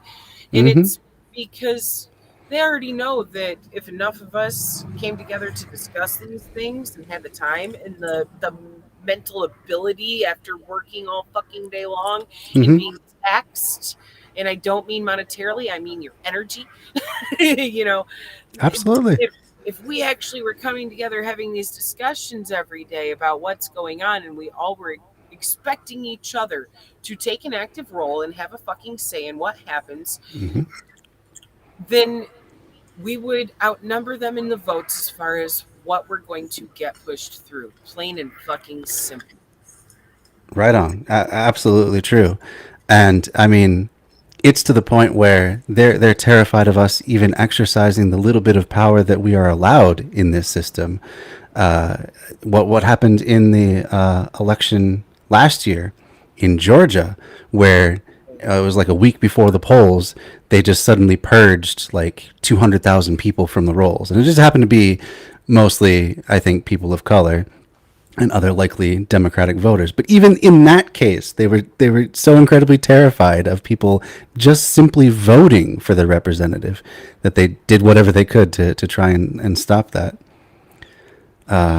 Whether it be gerrymandering the vicinities of where you're voting at, and a lot of that comes down to gentrification too. Mm-hmm. It's inherently fucked, and it's built to run that way. This Absolutely. entire voting system that we have was initially set up for the benefit of white male landowners. Period. Yeah. Yeah. Yeah. That's true. Perhaps you know the ideas of how a country should be run shouldn't be taken from uh, basically aristocratic slave owners from the 1700s. Maybe that's not the Yep. best way to run a system of Yeah. government. I think they were slipping around on that slippery slope of ethics there when it comes to, like, okay, there's some good shit that got put into place, but there's also some really fucked up shit that got put into place. Oh, absolutely. Do we need to keep things like what's in the Bill of Rights? Sure, for the most Hmm. part. Well, But when it comes to how the government itself is run and this electoral system, no, throw it in the fucking trash where it belongs. oh, totally agree. And I mean, and even the thing about the Bill of Rights is that it is the Bill of Rights because it was not included in the original Constitution. It had to be added as like, oh, wait a minute, let's give some rights to the people at the, after we set up all this apparatus of government. Whoops, our bad. We should have thought of this ahead of time. Right. Like, Just oops. property, Yeah. your only ethical rights that are based completely in your right to not be harmed, Hmm. the one inherent fucking right you have. Yeah. Right to Here's bodily some way autonomy, for sure. it literally exists to limit the government, not the Hmm. people, but limit the government. Of like, oh yeah, here's some ways that the government can fuck up and, cause you harm, but Right. we're gonna say you have the right to do these things to protect yourself. So that definitely needs to be kept, but um in a different manner. Yeah. Honestly, Yeah. um as far as here, I believe that if there's going to be any governing body at all, it should Hmm. be in the hands of the indigenous tribes. Hmm. Plain and fucking simple, this is Turtle Island, it's stolen land. Yeah. Yeah. I So, would. I would definitely trust them more to take care of the land that they've been on for thousands of years, and the people as well. Um, absolutely. Um, Most indigenous tribes were practicing communism before the word communism oh, fucking absolutely. existed. It's just how Oh, to for sure. be, to care for each other, to make sure that everyone's needs were met, because survival was a collaboration, and it also meant collaborating with the earth itself, which is something that we Hmm. have lost touch with. Again, going back to being kept too busy on that fucking hamster wheel Right. of work, eat, sleep, work, eat, sleep, work, Right. eat, Right. sleep. Right. You lose touch with everything that's real. Yeah. Well, and everything that literally keeps you alive every day. That's the interconnected Earth that we're all a part of, and we can't do without. Um, Right. yeah, you're definitely right. The only way I see an actual uniting of people Hmm. and being able to make communism happen here in this country, I think Hmm. would be under indigenous leadership. Yeah, that's very possible. We would Very still possible. need that one person, one vote system too. Yeah, yeah, but But that's certainly a possibility under that as well. I, And yeah, putting the people that have been the longest oppressed by the current system in charge of building a new one, probably a good idea because they're probably going to know firsthand all the ways that the current system has screwed them over and have some good ideas about how we could build something that doesn't do that to people. I think or the that's, environment. or the environment as well. Absolutely. Yeah. Yeah. The thing that Because keeps us there's a all lot going. that needs to be changed, and that leadership would be priceless, utterly priceless. Hmm. Um, For sure. For sure. we really need to see communism happen here. Yeah. Oh man, that'd be amazing if it could happen in my lifetime. Um, Right? It's but going to take people coming to terms with some personal ethics when it comes to things like that voluntarism, being hmm. mutual aid, and give a fuck about the people around you, of valuing all other life, not being so self-centered like capitalism has driven people to be. Of I got to get mine. Yeah, You know, absolutely. um, it's going to take a rude fucking awakening when it comes to how we happen to those around us. Hmm. Hmm. And kind of bringing it back to the text that we were just reading through, as we go forth and try to organize power in our local communities and stuff, it's important to remember that you know the effects of capitalism right now on people, and that it does batter them down so much. So if you're wanting to get buy-in from local communities and have them really participate in the systems that you're trying to set up to actually provide the things that the government is currently not, then you need to do things like, if you have a meeting, provide childcare, provide some food, give people a better ability to come and participate. Because otherwise, you're just going to be allowing capitalism to batter your movement before it even starts.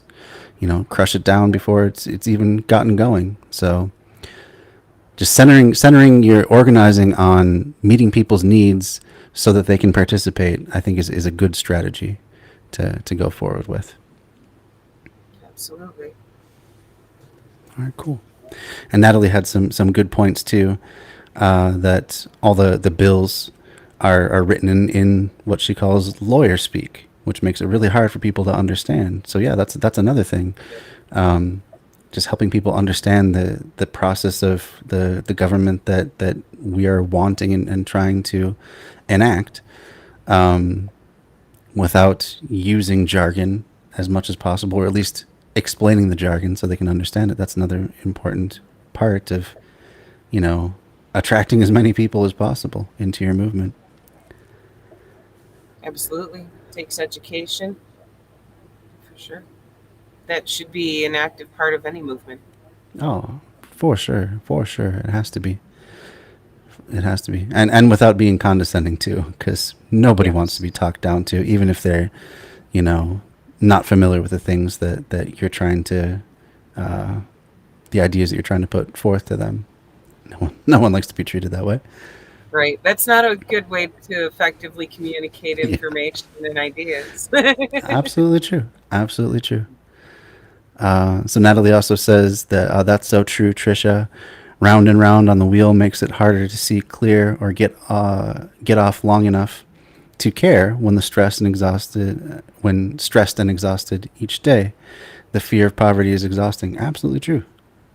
Yeah. So we Yeah, have to keep that in mind as we try to build alternatives.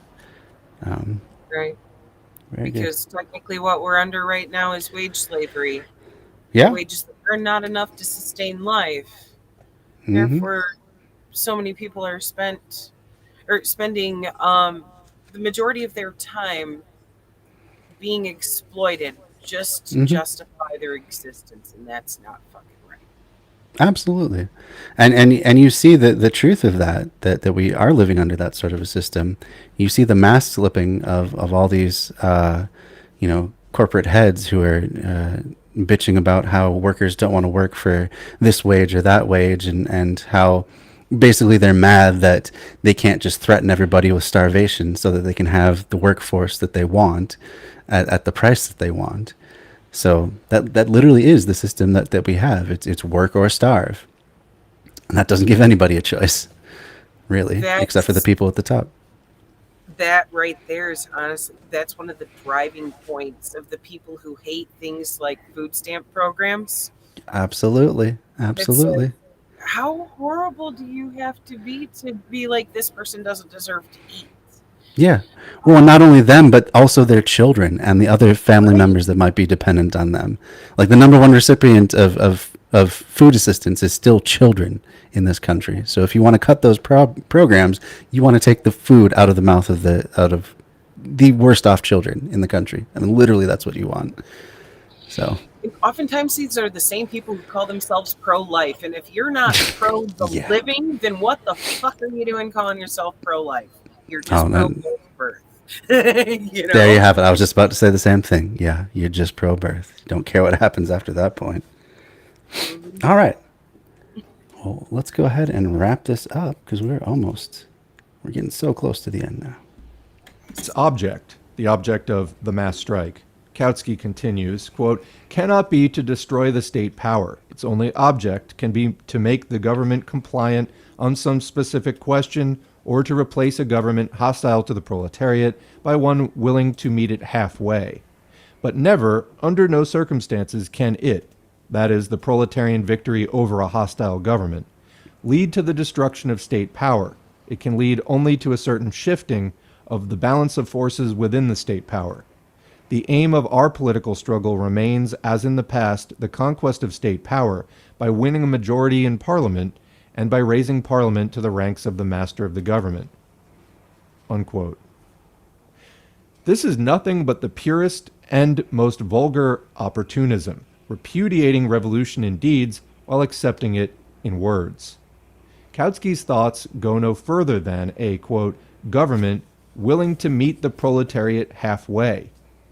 It's a step backwards to Philistinism compared with 1847, when the Communist Manifesto proclaimed, quote, the organization of the proletariat as the ruling class. Quick comment, I was pretty stunned there. Some of those pauses were, I just was trying to fully process and absorb that Kautsky quote. That was crazy. Continuing. Kautsky will have to achieve his beloved unity with the Scheidmans, Plekhanovs, and Vanderveldes, all of whom agree to fight for a government, quote, willing to meet the proletariat halfway. We, however, shall break with these traitors to socialism, and we shall fight for the complete destruction of the old state machine, in order that the armed proletariat itself may become the government. These are Okay, so yeah, I wanna pause on that Kautsky quote as well. I think that pretty much reveals what Kautsky believes in, or what's at the heart of his beliefs, and that seems to be more of a. I mean, it's not even democratic socialism. It's more like social democracy. Like it seems to be that's as far as he wants to go. It's just providing a welfare state for the poor and the worst victims of capitalism, but never actually do away with capitalism at all. So to me, that puts him into just social democrat. Yep, that's the harmful side of neoliberalism right there. Yeah, yeah. The idea that you can somehow put a band-aid on a bullet wound and just say that you have a workable system that provides for everybody. When it's not actually providing enough, like what we have right now, then we're failing. That's yeah, no. Yeah, Gotta yeah, pull it out. that shit. yeah. That's right. That's right. It's Yeah. really not that hard. We have more empty houses than we do unhoused people. Mm-hmm. We have fuck tons of land that should be gardens instead of lawns. Yeah. Or parking lots. Uh-huh. Yeah. Like there's a lot that we can do to really ensure everybody's survival and honestly in a healthier manner that again we're being inhibited from because how many people have time to turn their entire lawn into a garden and maintain it when you're working That's this true. many hours a day? That's true. That's true. Very true. Food self-sufficiency is going to be fucking necessary for the revolution.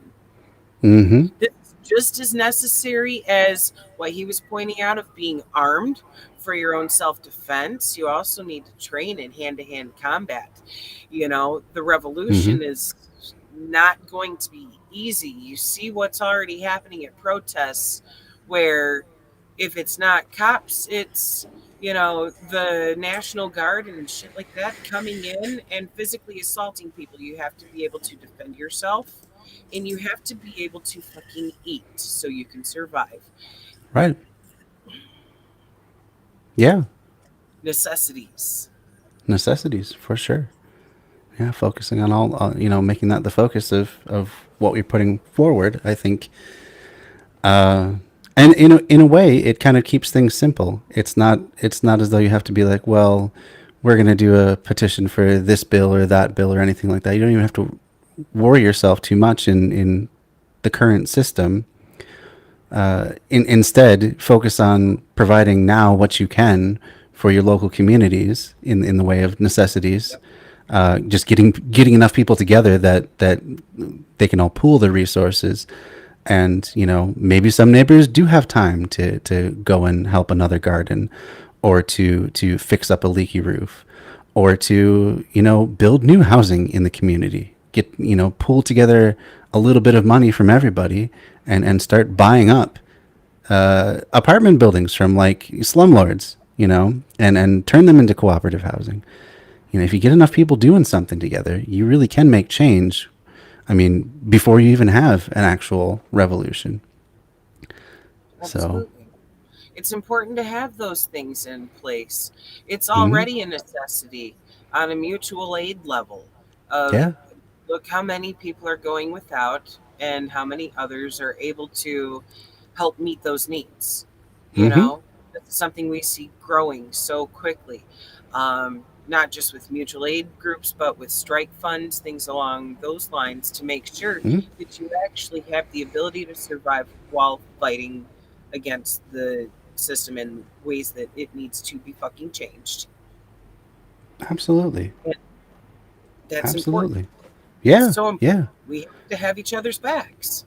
Yeah. And I mean, we're not going to make it without each other either. This can't be a revolution of one person. That's why individual action on any front, well, it can be important, but it's never going to get us across the goal line. It's going to take all of us together and working together to keep each other going. Um, it can't be an individual thing. This is also part of what Castro was referring to with the revolution being ongoing. Absolutely. Um, because you're going to have to keep doing these revolutionary things of having each other's backs in order to keep that system set in place. It's not oh, we're going to do this for the moment. It's a no, this is how we need to change how we operate, Yeah. period. That needs to be how we operate consistently, and it goes back to the ethics too, giving a shit, Mm-hmm. Yeah. And I from mean, oh, food go to ahead. feed your household, and share alike. Make sure nobody goes hungry around you. Yeah, yeah. And that can be a good place to start. Is just set up a local mutual aid network, even on your block, and then expand it out to a few blocks, and then your neighborhood, stuff like that. There's tons of stuff you can do. You just need to get enough people interested and able to participate. Yep. But yeah, you bring up a good point with Castro too, because from the moment that they overthrew Batista and set up their own government, they were being attacked by the U.S. and other people that felt just so uh, outraged that they could take their precious casinos, because that's what the one of the big industries in Cuba was beforehand, was Yep. American run casinos. And then also when they finally took over all the sugar plantations, well, that was a bridge too far for the Americans when they actually gave the land back to the people and did land reform. But I mean, from the beginning, they've had to be vigilant to keep that revolution going, because they've been attacked from the beginning, and there's no reason to think it would be any different, especially now with so many people that have more money than can even be conceived of. To think that they would just go gently into the night if a revolution happened, I think that's a bit over idealistic.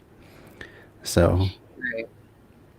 Well, the thing is, with that revolution, would be a change in the assets that they have to work with to try to buy power. yeah. First, they're like, just imagine how much good it would do to utilize those resources to actually provide for the people, starting Hmm. with the ones who actually worked at their companies and produced that wealth, True. you True. know? Um, And if we would, could oh, go ahead. go ahead. I was just going to say, if we could, in that sort of situation, the natural ally of the bourgeois is the petty bourgeois, the local business owners who are worried about losing their capital and their small fiefdom in their local area. However, if we were to take over as many businesses as possible ahead of time and turn them into cooperatives, well, then that takes out the biggest ally of the the bourgeois counter revolutionaries. Fucking So, A.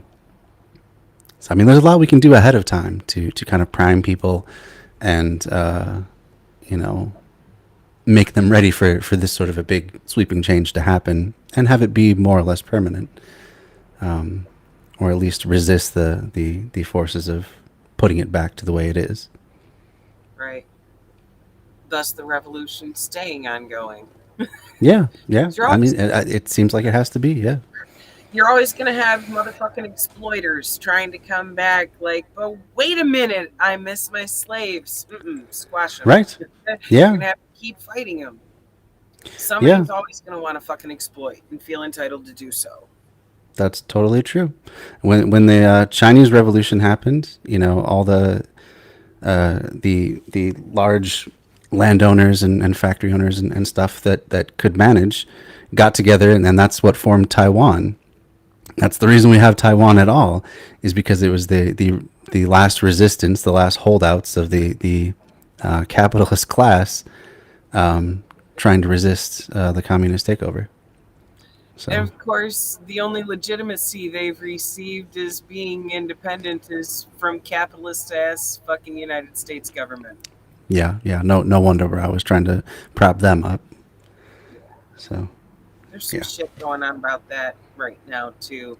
that's Um, true. Yep. The U.S. government has been funding a base in, I believe it was Australia, arming them with like nuclear submarines Oh God.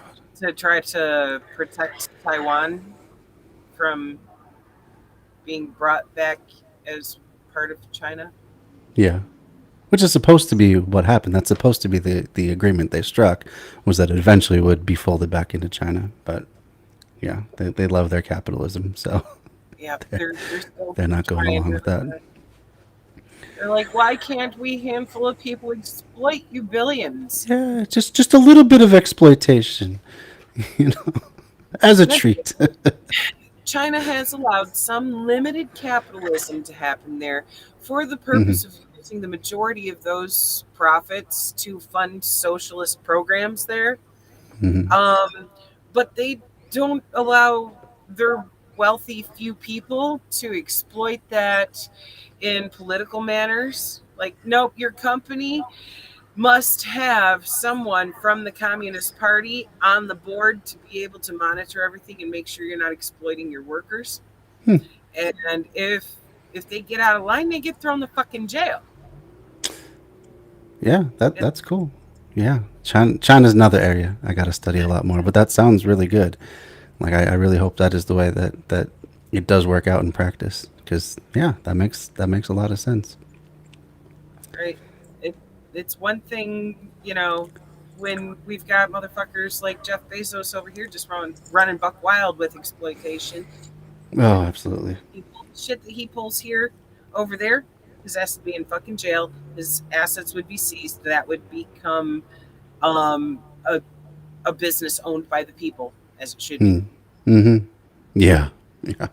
Seems to be the only way that we would ever take down uh, Amazon at this point. Just basically take it over. So. Yep.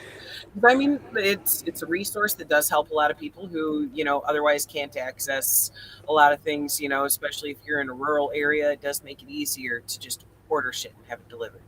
You know, Mm-hmm. Mm-hmm. um, just it can't be run in the capitalist platform it is right now, with the people not even having significant health benefits, decent wages that are livable, and here he is flying a dick rocket into space for 11 minutes just to waste some fucking money. Like, get out of here, pay your fucking employees, asshole. Yeah. I'll quit ranting in that one. Yeah. Mm, it's just disgusting. It really is disgusting. It is He disgusting. belongs to fucking prison. Did you see that recent video with when he went up with William Shatner, and Shatner came down and he was trying to talk about all these. He was trying to be very poetic about describing his experience, how amazing and life changing it was and stuff. And Bezos just runs in and starts showering everybody with champagne. Like he wouldn't even listen to him for 20 seconds. Talk about how what a huge experience it was. It's William fucking Shatner. Like, I at least know. show him some goddamn respect and let the man Uh, speak. He brought us space for decades. I'm a huge Star Trek fan, so that Me too. actually So like, angers me that Bezos had the audacity to interrupt him I know, that and long. it was such a beautiful thing that he was talking about, and I saw the video of Shatner experiencing weightlessness too, and he was just like blown away, and it's like this is what a real human being is like, this is what a normal person would experience going into space, and all Bezos can talk about is how great it would be if we sent all our factories up into space so we didn't have pollution on Earth, like that was his big takeaway the first time he went into space. And his second time was just like, I don't even want to talk. I just want to shower my people with champagne and dance around like an idiot. He was seeking attention. Oh, absolutely. Oh, he loves it. He loves being in the center of headlines and stuff. You know. It's like you couldn't even let William fucking Shatner have his moment. Like, No. oh, I feel it. Yeah. Ridiculous. Uh, man. Although I bet that felt great for him to go into space for real yeah. after Yeah. having That's cool. brought that to our TV and movie screens for so many decades. Like, Mm-hmm. dude, yeah. Yeah. That's the only positive I can find in all of this, is that it I made know, really. workers day. Oh, yeah. Yeah. Absolutely true. Still want to kick Bezos right in the junk for all the money he wastes when he could be paying the people who produce all wealth for him. Yeah, well, I mean, yeah, and he literally says that too. Just says, "Thank you all for funding this. All of my employees and customers and everyone. Thanks for funding it." Just like, Yeah, it's like, your words are empty, dickhead. Fuck you, pay me. yeah, yeah, or at least pay your workers. Like Jesus. Right, not me, but like No, them. I know what I know what you're saying. Here, yeah. Yeah, Oh man, God, fucking Bezos. yeah. Anyway, It's a screwed up world we live in. it is. It And the is. idea that I still get people in these streams like almost every time coming in to carry the torch of capitalism and be like, it's the best thing that's ever happened, and like, oh, it's so much wealth, and like all these really, At you know whose the, expense? what's that? At whose expense, though? They're Yeah, actively wearing their blinders to the poor people they're causing to be poor. I know, and it's either that they want it to be them who is at the top and at everyone else's expense, or they just really haven't thought about it that much, and they've just swallowed all of the propaganda that's been fed to them since they were children, that capitalism is the best system we can ever hope for, and you Oh, know, it's so flawed. It's so flawed. And it sucks that we have to actually participate in this fucked up shit just to mm-hmm, survive all this fucked up shit. Uh, I hate it. I mm-hmm. loathe it, especially. Okay, for example, do you mind if I take just a Yeah, moment here, because go this for is it. one of the memories that came to mind, is an investor that I used to work with. Because I've worked in private real estate investing to help people Hmm. get around the credit score shit that stops them from being able to purchase a home Oh, of that's their own. awesome. Renters. What a But this scam credit scores are. Jesus. you got to be careful what investors that you work with. There's some that I've Mm-hmm. worked with that I would gladly work with again at any point in time, but one of them just fucking pissed me off because he was saying this like it was a good thing, and he was going on this rant about, if you want to be a millionaire, you just need this many people producing this many dollars a day for you, and all this shit. And my brain's calculating a spreadsheet of how many people you're fucking really hard to line your own pocket. Mm-hmm. Right. That's the part they never Like, think about. They try to make it, seem all, nice by calling it like having your money work for you, or, right, these other terms that they throw out. But, you know, those are people. It's not just money. That's people's right. lives who you are skimming off of. It's not just Yeah, your money working for you. It's people working for you, and you're taking their money. yeah. Right. It's like, excuse me, look at how many man hours get put into doing all of this stuff that you're wanting done, and thinking that Mm-hmm. paying a percentage commission is going to cover people. Uh-huh. Um, and it's like, wait a minute, look at how many hours they had to invest into that. Mm-hmm. Keeping Yeah. the lion's share. What entitles Oh, you to keep the lion's absolutely. share because you took fucking 5 minutes of your time to sign off on the paperwork after someone else did the entire deal start to finish? Mm-hmm. But that's how they Totally operate. true. That's yeah, yeah. They don't. All they see is that end goal. They don't really care how they get there. Right. But at my own work, I just had a little peek behind the curtain recently. I saw a job and all the expenses that they had planned out for it, and I saw that for my labor, they were charging the client literally twice what they pay me. Oh my So for every dollar I was getting, there was a dollar going to my workplace, off of like just straight from my labor. And it's not as though that was going to expenses either, because they accounted for gas and use of trucks, and all the materials. All that was separately expensed. Um, so that's just profit that's being distributed amongst the people higher up than me. And it's not like I get paid bad. I get a decent wage, but even still, they could be doing a lot better. And Right. this occurs at virtually any job that Yeah.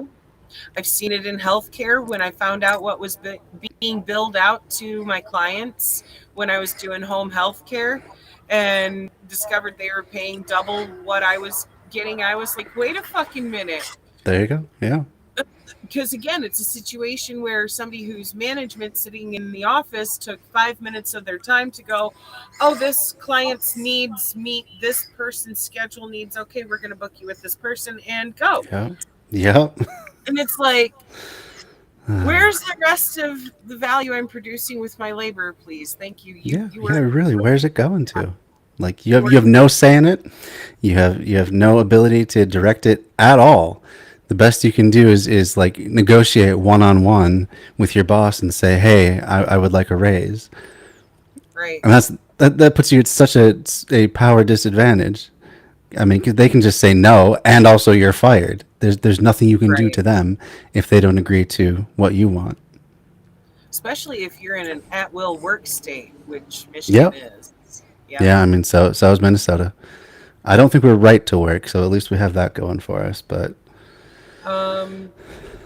Oh, I'd have to check on that one here, but it basically means the same fucking thing. Of they can fire you at any point for any reason. It sounds good on the surface when they're like, you can yeah, quit at any point for any reason. You don't have to put in 2 weeks or anything like that. right, But right. there's two sides to that. Yeah, They and don't have they to. definitely get the better side. Yeah.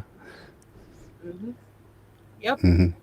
Because they will still fire you on a dime, and you have to leave that day and never come back. But you're expected to give them 2 weeks notice if you quit. Right. And it's like, piss Yeah, off. yeah, really. But I mean, it's all that same threat of like, oh, if you don't give us that 2 weeks, then we're not going to give you a good recommendation. You're not going to be able to get another job at all. So they're just they're getting you over a barrel again, That's just when for you their own just benefit. leave them off your resume. Yeah, that's true. That's true. That's true. Say, Like, I was self-employed at that time. exactly. A self-employed contract gig worker. That's there you go. Yeah. Then you can make up whatever wage you deem your Yeah, time there you go. worthy for that, and be like, that is the price that I That command that's with my my going rate. skills. Yeah. There you go.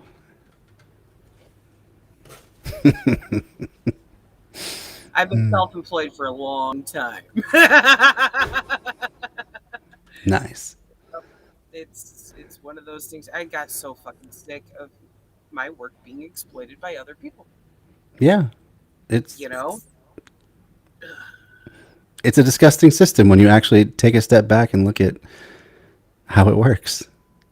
Hmm. I mean,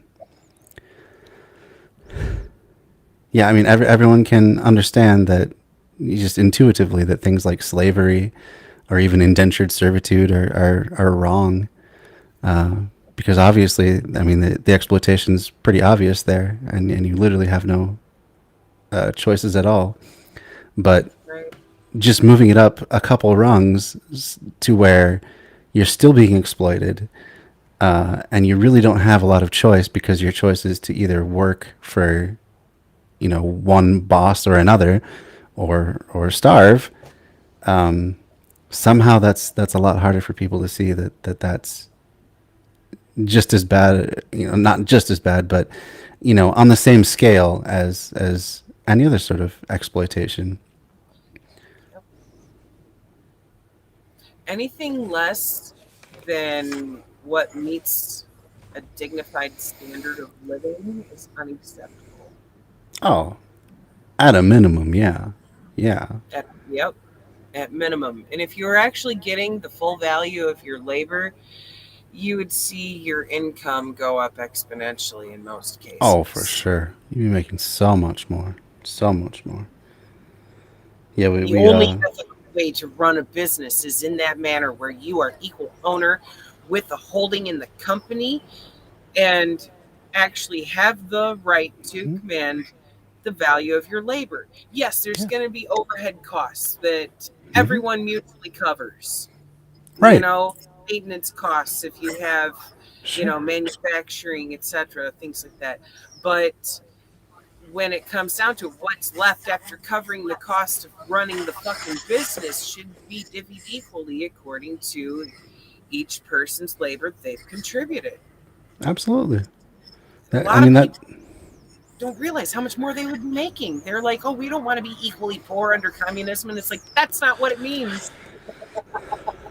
No. It That. Yeah. means That's equally such a lie. abundant. Hmm. Equally fucking abundant. Right.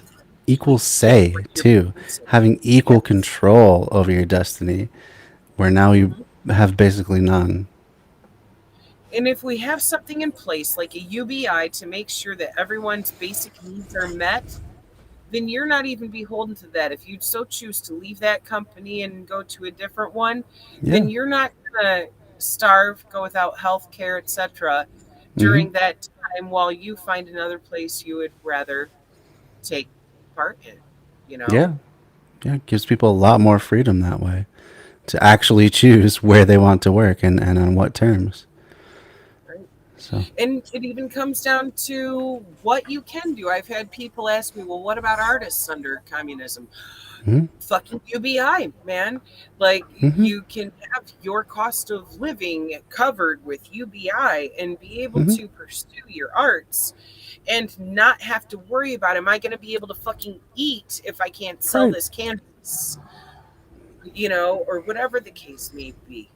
You would Yeah. have the freedom to pursue those things that actually feed your soul without having to worry about it being contingent on feeding your belly too.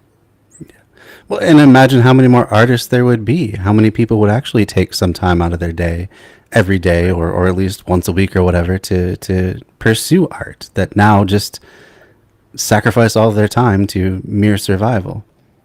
Right. Imagine, okay, with how much more time would be freed up for everyone, the Hmm. ability to even be out and enjoying art and music. There you go. How Yeah. beautiful life itself would be. Those things have value, and I'm not just saying that because I'm biased, because I'm a musician and a painter and a photographer and have made use of any means that feeds my soul to also try to feed my belly for many years. Yeah. um that should apply across the board. If you want to go study philosophy, guess what, you don't have to be starving while you're going to school. If Hmm. do that which feeds your soul. Yeah. Take the time to go grow a fucking garden instead of mowing a lawn. Well, right. And it would enrich the whole of society so much more to have all of these people finally free to pursue these passions. There'd be so much more art and music and everything that makes life worth living, really, that enriches people's lives. And it brings to mind another thing. People often question, well, how are you going to pay for the UBI? Hmm. Well, one of the ideas I have is look at all of this automated manufacturing that we have going on that people have been threatened by of, oh man, that means less jobs. Well, guess what? Those things Yeah. like that can be automatically fucking produced with robots and machinery. Hmm. Those things should be public assets. Yeah. And the wealth produced by that going to take care of the basic needs of the people. Hmm. And also, when people have control over their own place of work, when they're all owners, that means that any advance in production, whether it's automation or whatever, just a new way of doing things, that means either more time for everybody because they have to work less, or more money because they can produce more. Or So both. instead of it being, yeah, or both, but instead of it being a bad thing that means, some people are going to get the axe and not be able to work anymore, it's a benefit for everyone that works in that workplace Hmm. when everyone's the owner. Yep. Because that's how it is now. The benefits of automation always go straight to the top. They go to the owner. Yep. But if everyone's at the top, then it goes to everybody. So Right. it's pretty, it's a basic way of looking Horizontal at it. organization. There you go. Yeah, So fucking necessary. Not absolutely. just on business levels, but governmental levels. On all Mm-hmm. of it, Mm-hmm. Mm-hmm. one person, one vote. You have a That's say. right. Yeah. Yeah. All Fuck. right. This is good stuff. Indeed. Um, I think we just got a little bit left here, Okay. so Awesome. let's keep going, and then we can continue more of this Hell yeah. discussion. They're two vastly different things. Kautsky will have to enjoy the pleasant company of the Legines and Davids, Plekhanovs, Patrusovs, Tseretellis, and Chernovs, who are quite willing to work for, quote, shifting the balance of forces within the state power, for, quote, winning a majority in parliament, and raising parliament to the ranks of master of the government. A most worthy object, which is wholly acceptable to the opportunists, and which keeps everything within the bounds of the bourgeois parliamentary republic. We, however, shall break with the opportunists, and the entire class-conscious proletariat will be with us in the fight, not to shift the balance of forces, but to overthrow the bourgeoisie, to destroy bourgeois parliamentarism for a democratic republic after the type of the commune, or a republic of Soviets of workers' and soldiers' deputies, for the revolutionary dictatorship of the proletariat. To the right of Kautsky in international socialism, there are trends such as Socialist Monthly in Germany, Legine, David, Kolb, and many others, including the Scandinavians Stauning and Bronting, Jaurès followers in Vandervelde in France and Belgium, Thierry, Treves, and other right-wingers of the Italian Party, Fabians and Independents, the Independent Labour Party, which in fact has always been dependent on the Liberals in Britain, and the like. All these gentry, who play a tremendous, very often a predominant role in the parliamentary work and the press of their parties, repudiate outright the dictatorship of the proletariat and pursue a policy of undisguised opportunism. In the eyes of these gentry, the dictatorship of the proletariat contradicts democracy. There is really no essential distinction between them and the petty bourgeois Democrats. Taking this circumstance into consideration, we are justified in drawing the conclusion that the Second International, that is, the overwhelming majority of its official representatives, has completely sunk into opportunism. The experience of the Commune has been not only ignored but distorted.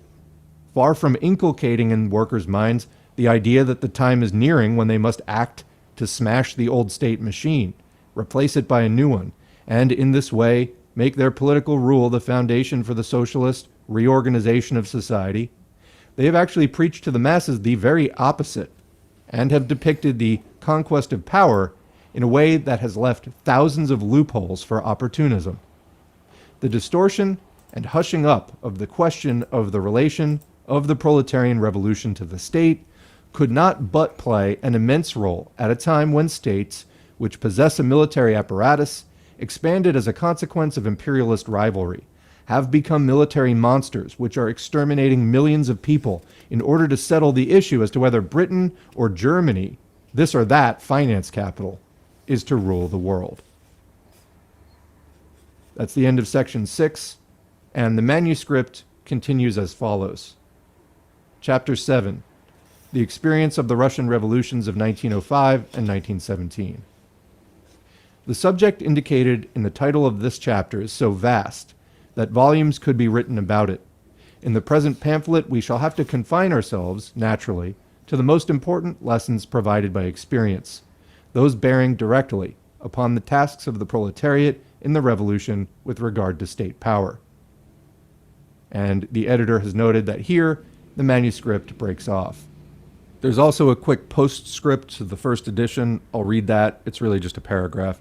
This pamphlet was written in August and September 1917. I had already drawn up the plan for the next, the 7th chapter, The Experience of the Russian Revolutions of 1905 and 1917. Apart from the title, however, I had no time to write a single line of the chapter. I was interrupted by a political crisis, the eve of the October Revolution of 1917. Such an interruption can only be welcomed, but the writing of this second part of the pamphlet the experience of the Russian revolutions of 1905 and 1917 will probably have to be put off for a long time. It is more pleasant and useful to go through the experience of revolution than to write about it. The author, Petrograd, November 30, 1917. There are also a couple of pages of footnotes, commenting now, that you can check out if you want to get the actual text of this, which I will link to in the video description. Otherwise, that is the end of The State and Revolution by Lenin from 1917.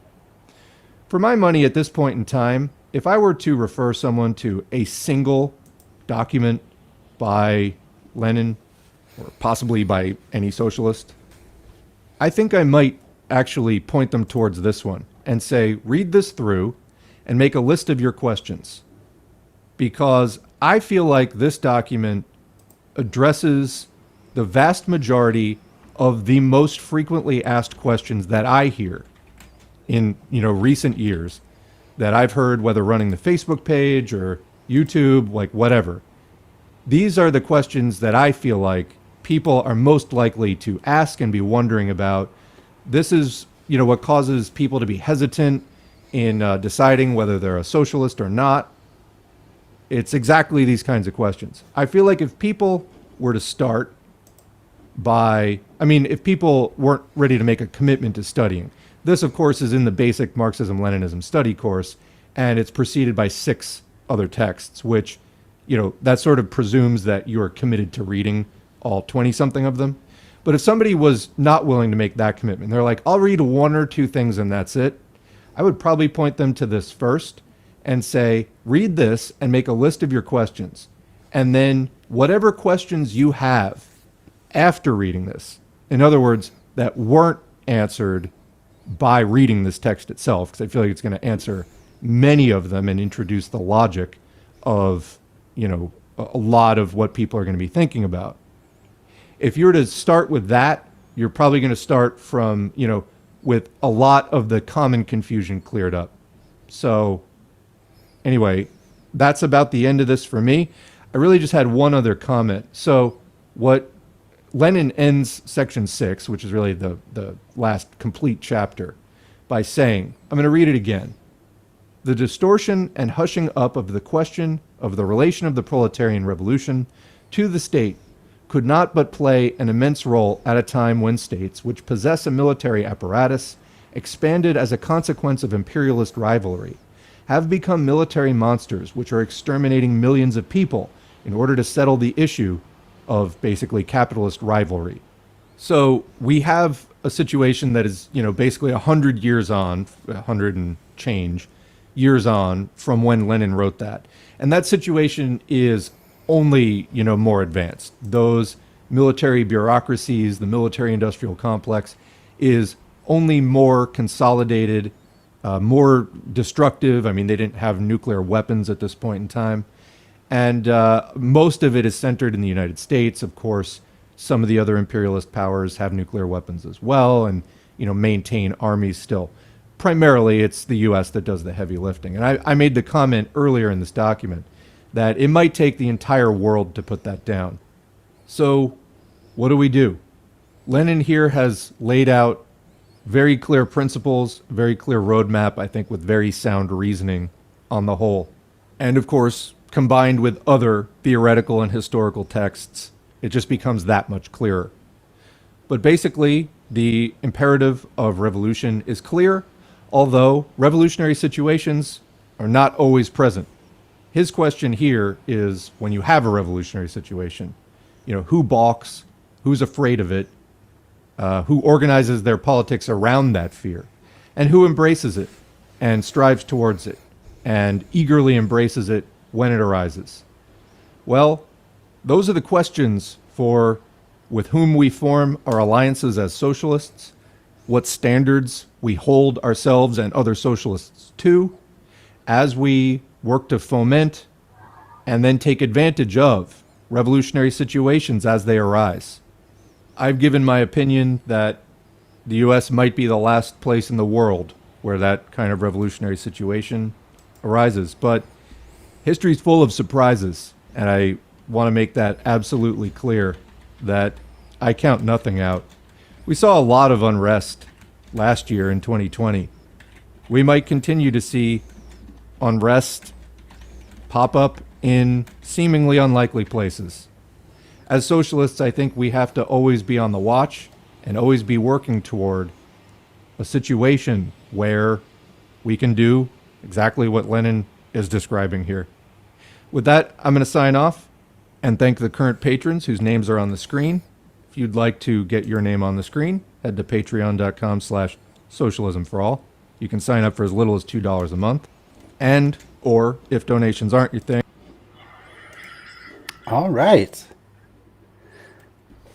So, so that is the end of State and Revolution.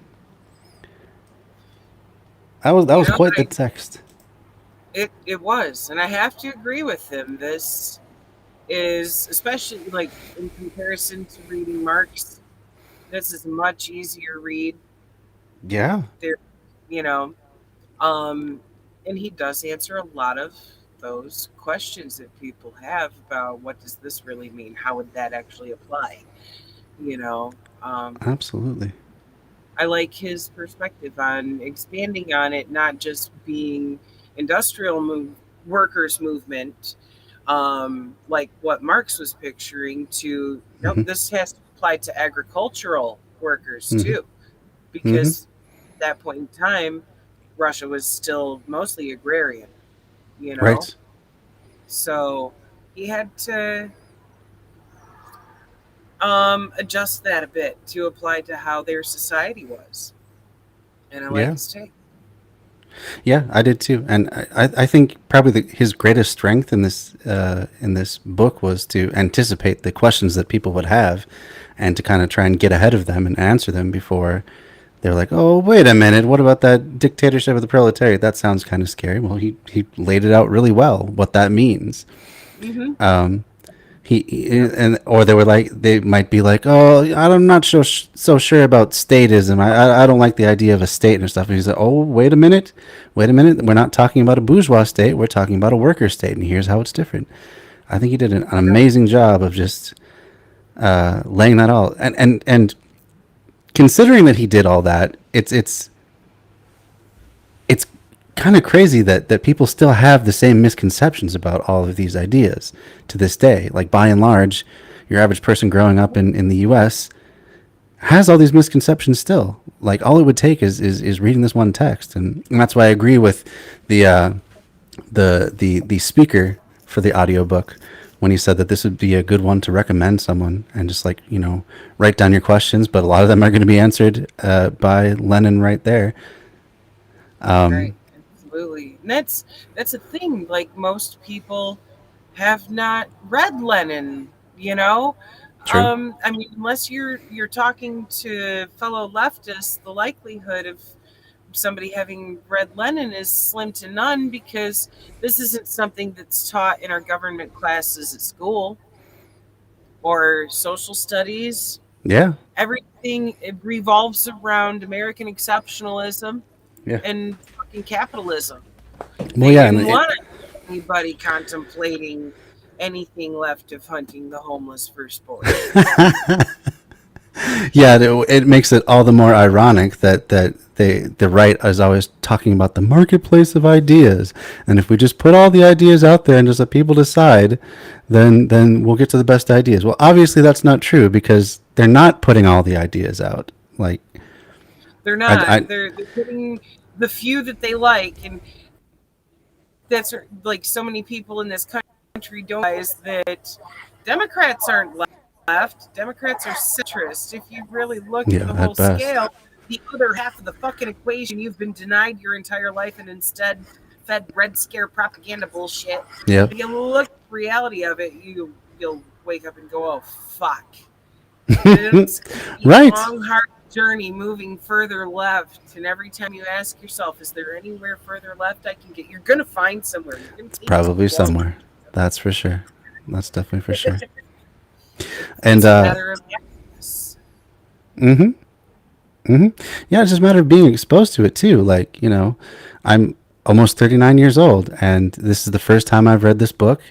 I never had the chance to encounter it in any of my schooling, and I have a master's degree. I've been through many years of schooling, many more than I needed, that's for sure. But even still, never exposed to this or any of the ideas presented in any way other than a really bad faith capitalist version of what he's talking about here. So Same, same. And it yeah, kind of makes me disappointed in some of the university level sociology courses that I've had that this stuff didn't get brought up there either. And I mean, they're supposedly leftist institutions in many yeah. cases. Oh, all these Marxist indoctrination centers, that Right. all Where the we right never wingers learned are. about Marx. Yeah, yeah. Funny that. Yeah, it's almost as though they're just trying to scare people into believing them and nobody else. Um, and we have someone in the chat, Merlin the Arab, who's been trying to engage with us. So I'm sorry, I'm not ignoring you, Merlin. I do see you there. So hello to you, Merlin. I'm assuming it's Merlin the Arab is the way it's supposed to go.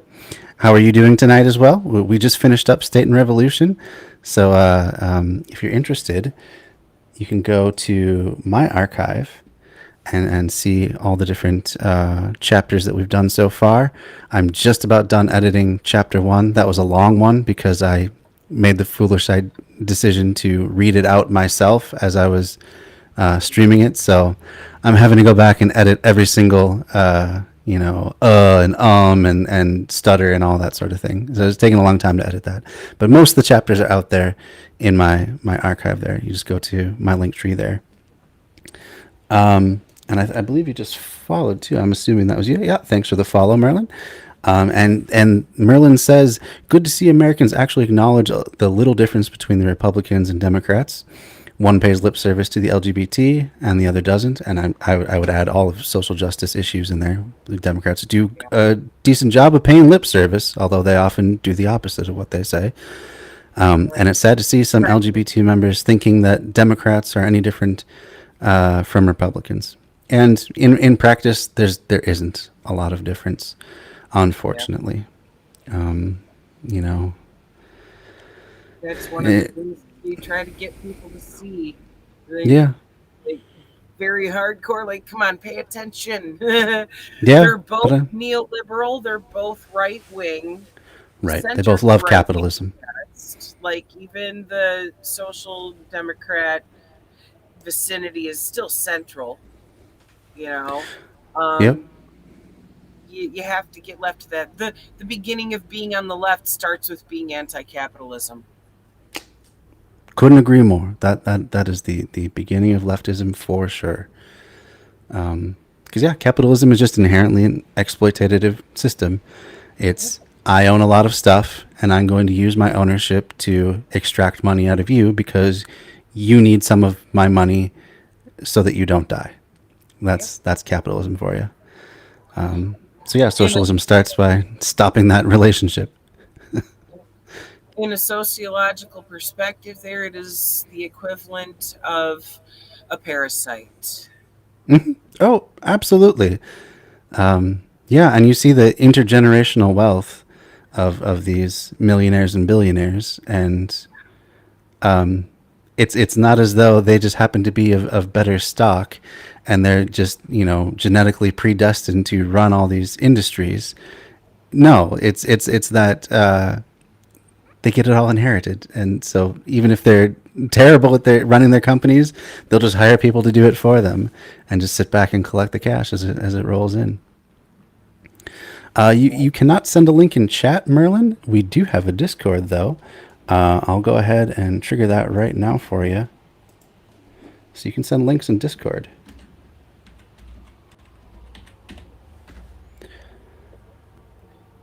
So there you go. There's the Discord. You can go ahead and join. Actually, I should open that up because I think someone earlier had sent a link too. Yeah, got a few new people. Right on. So that's good to see.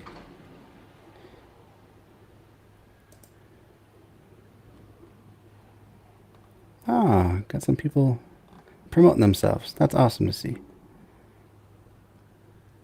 Cool. Don't see any links yet though to share on the channel. but if I find any, I will put them up there. So yeah.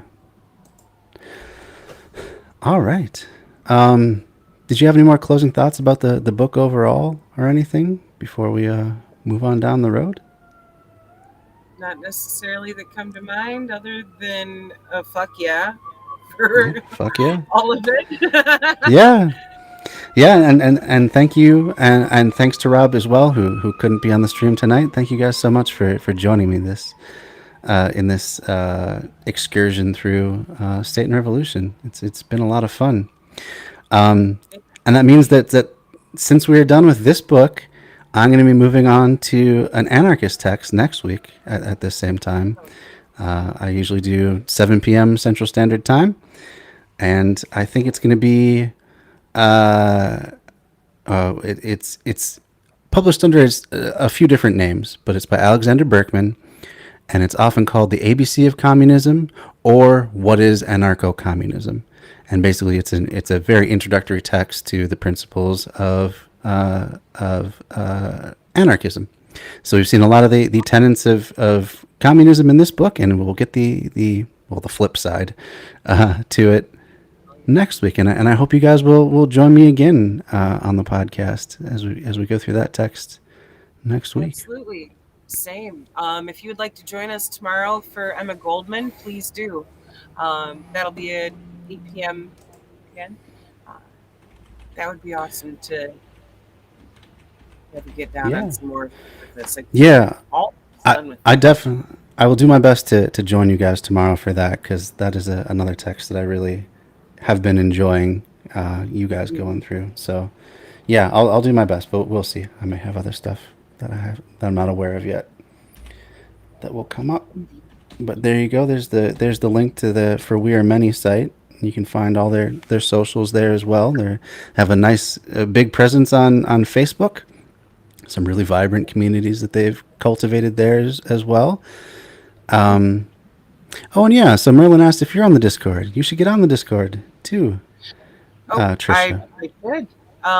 Can you pop the link in the group chat and I'll pop on there? Sure will do. After we get done, that is, because I if I hop on there now, I might lose my signal. Oh yeah, don't want to overtax your tenuous signal there. Okay. Blip out Yeah. to the ether again. Yeah, I'll just put that in the group chat for the For We Are Many, so that more people can join and we can get some more discussion going. Hell yeah. So that Love would be it. great. Absolutely loving the collaborations, Yeah, this is so fun. Hell yeah. Like before we met you, that was one thing Rob and I were discussing. Like, we need to meet some more anarchists to sit down and talk about some of the anarchist theory with, Yeah. like get more of a perspective on that. And so thank you for bringing that to the table, as well as welcoming us to Yeah. the table with the communist stuff. It's Yeah, fucking and beautiful. Love it. oh, it's been so great having you guys' perspective too, coming along with this.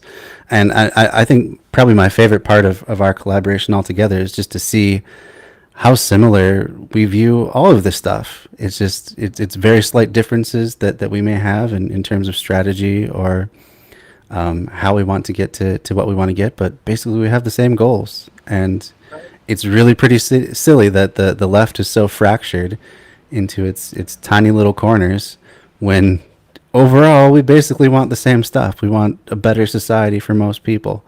We want to uplift as many people as possible and let them live their highest and best lives, and not allow exploitation through things like capitalism or anything else. That's part of the goal here with doing these, is to show people Absolutely. just how much more common ground we actually have than what people want to acknowledge when they're doing the left infighting and shit. And it's like, wait a minute, Oh yeah. we want the same shit.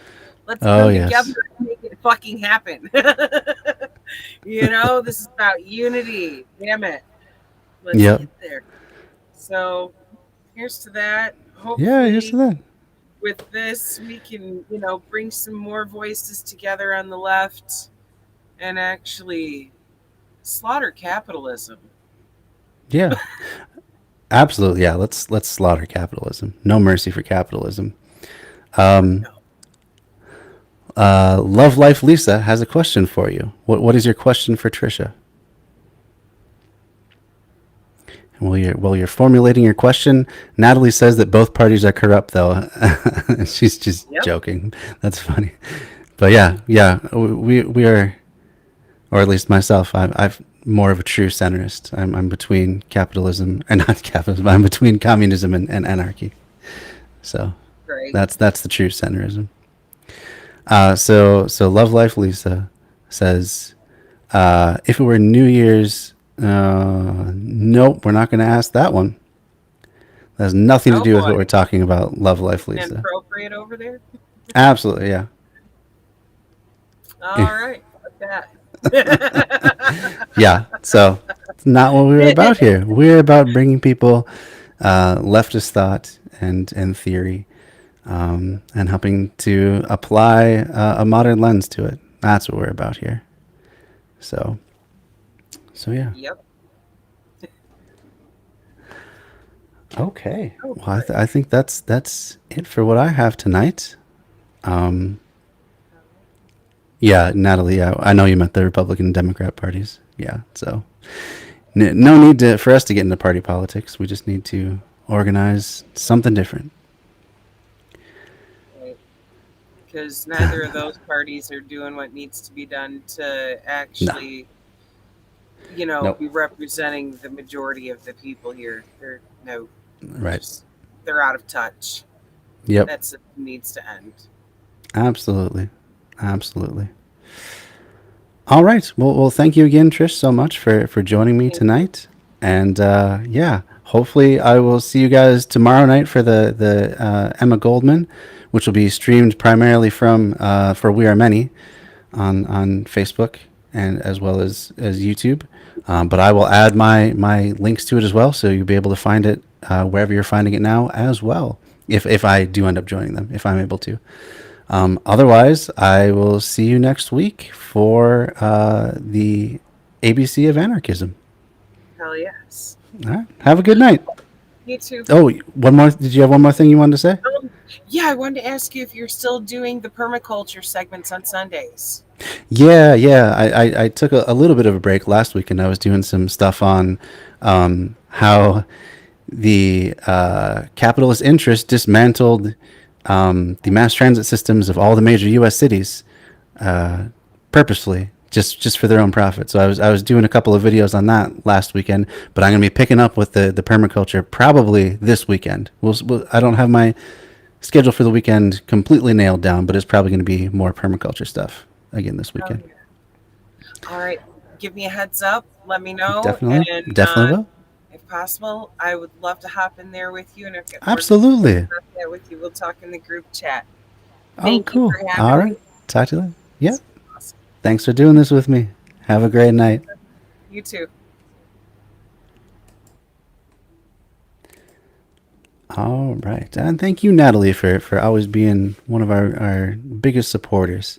Really appreciate having you add to the discourse and stuff. And thanks everyone else who's been commenting tonight and asking good questions.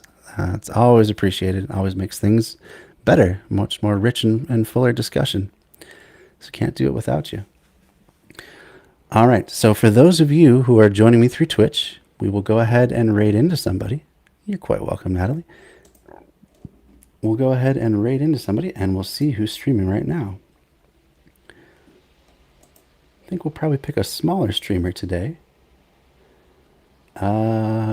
Base of PJ. That's not one I'm as familiar with. Radical Links.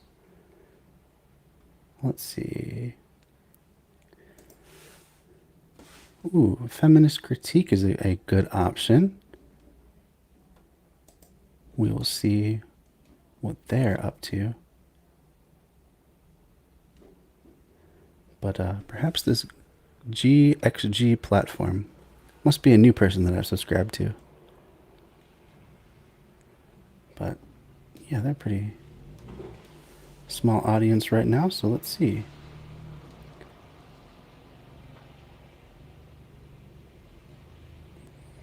Okay.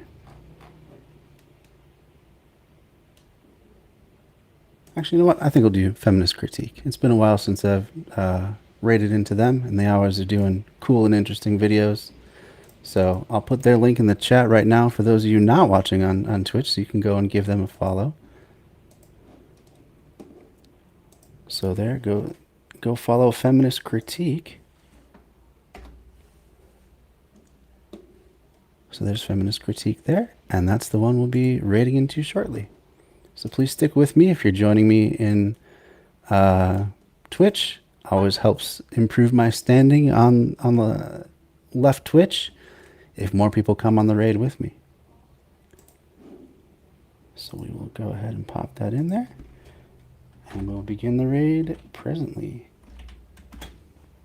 Thanks again for everyone joining me and helping me through this journey through leftist books. It's always a lot of fun. I always learn a whole lot doing things this way. So I really appreciate you guys, and have a great night.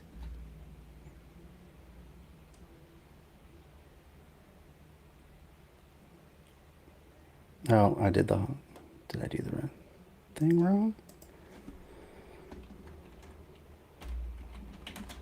Some reason the raid did not work.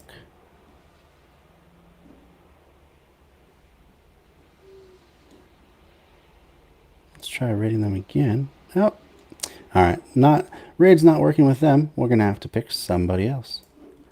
We'll see who that's gonna be. I don't know why it's not working out. It says they're live. I don't know. You got me. Maybe we'll just do Alyosha instead. Always nice to raid into Ali. So again, I'll put that into the chat. So if you're not watching on Twitch, you can follow him anyway. So there's Alyosha. Always usually covering some good political stuff,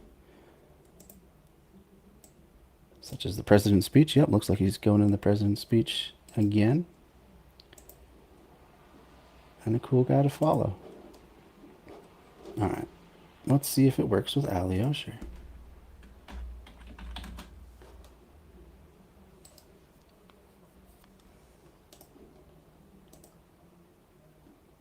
Okay, there we go. All right, have a good night, everybody.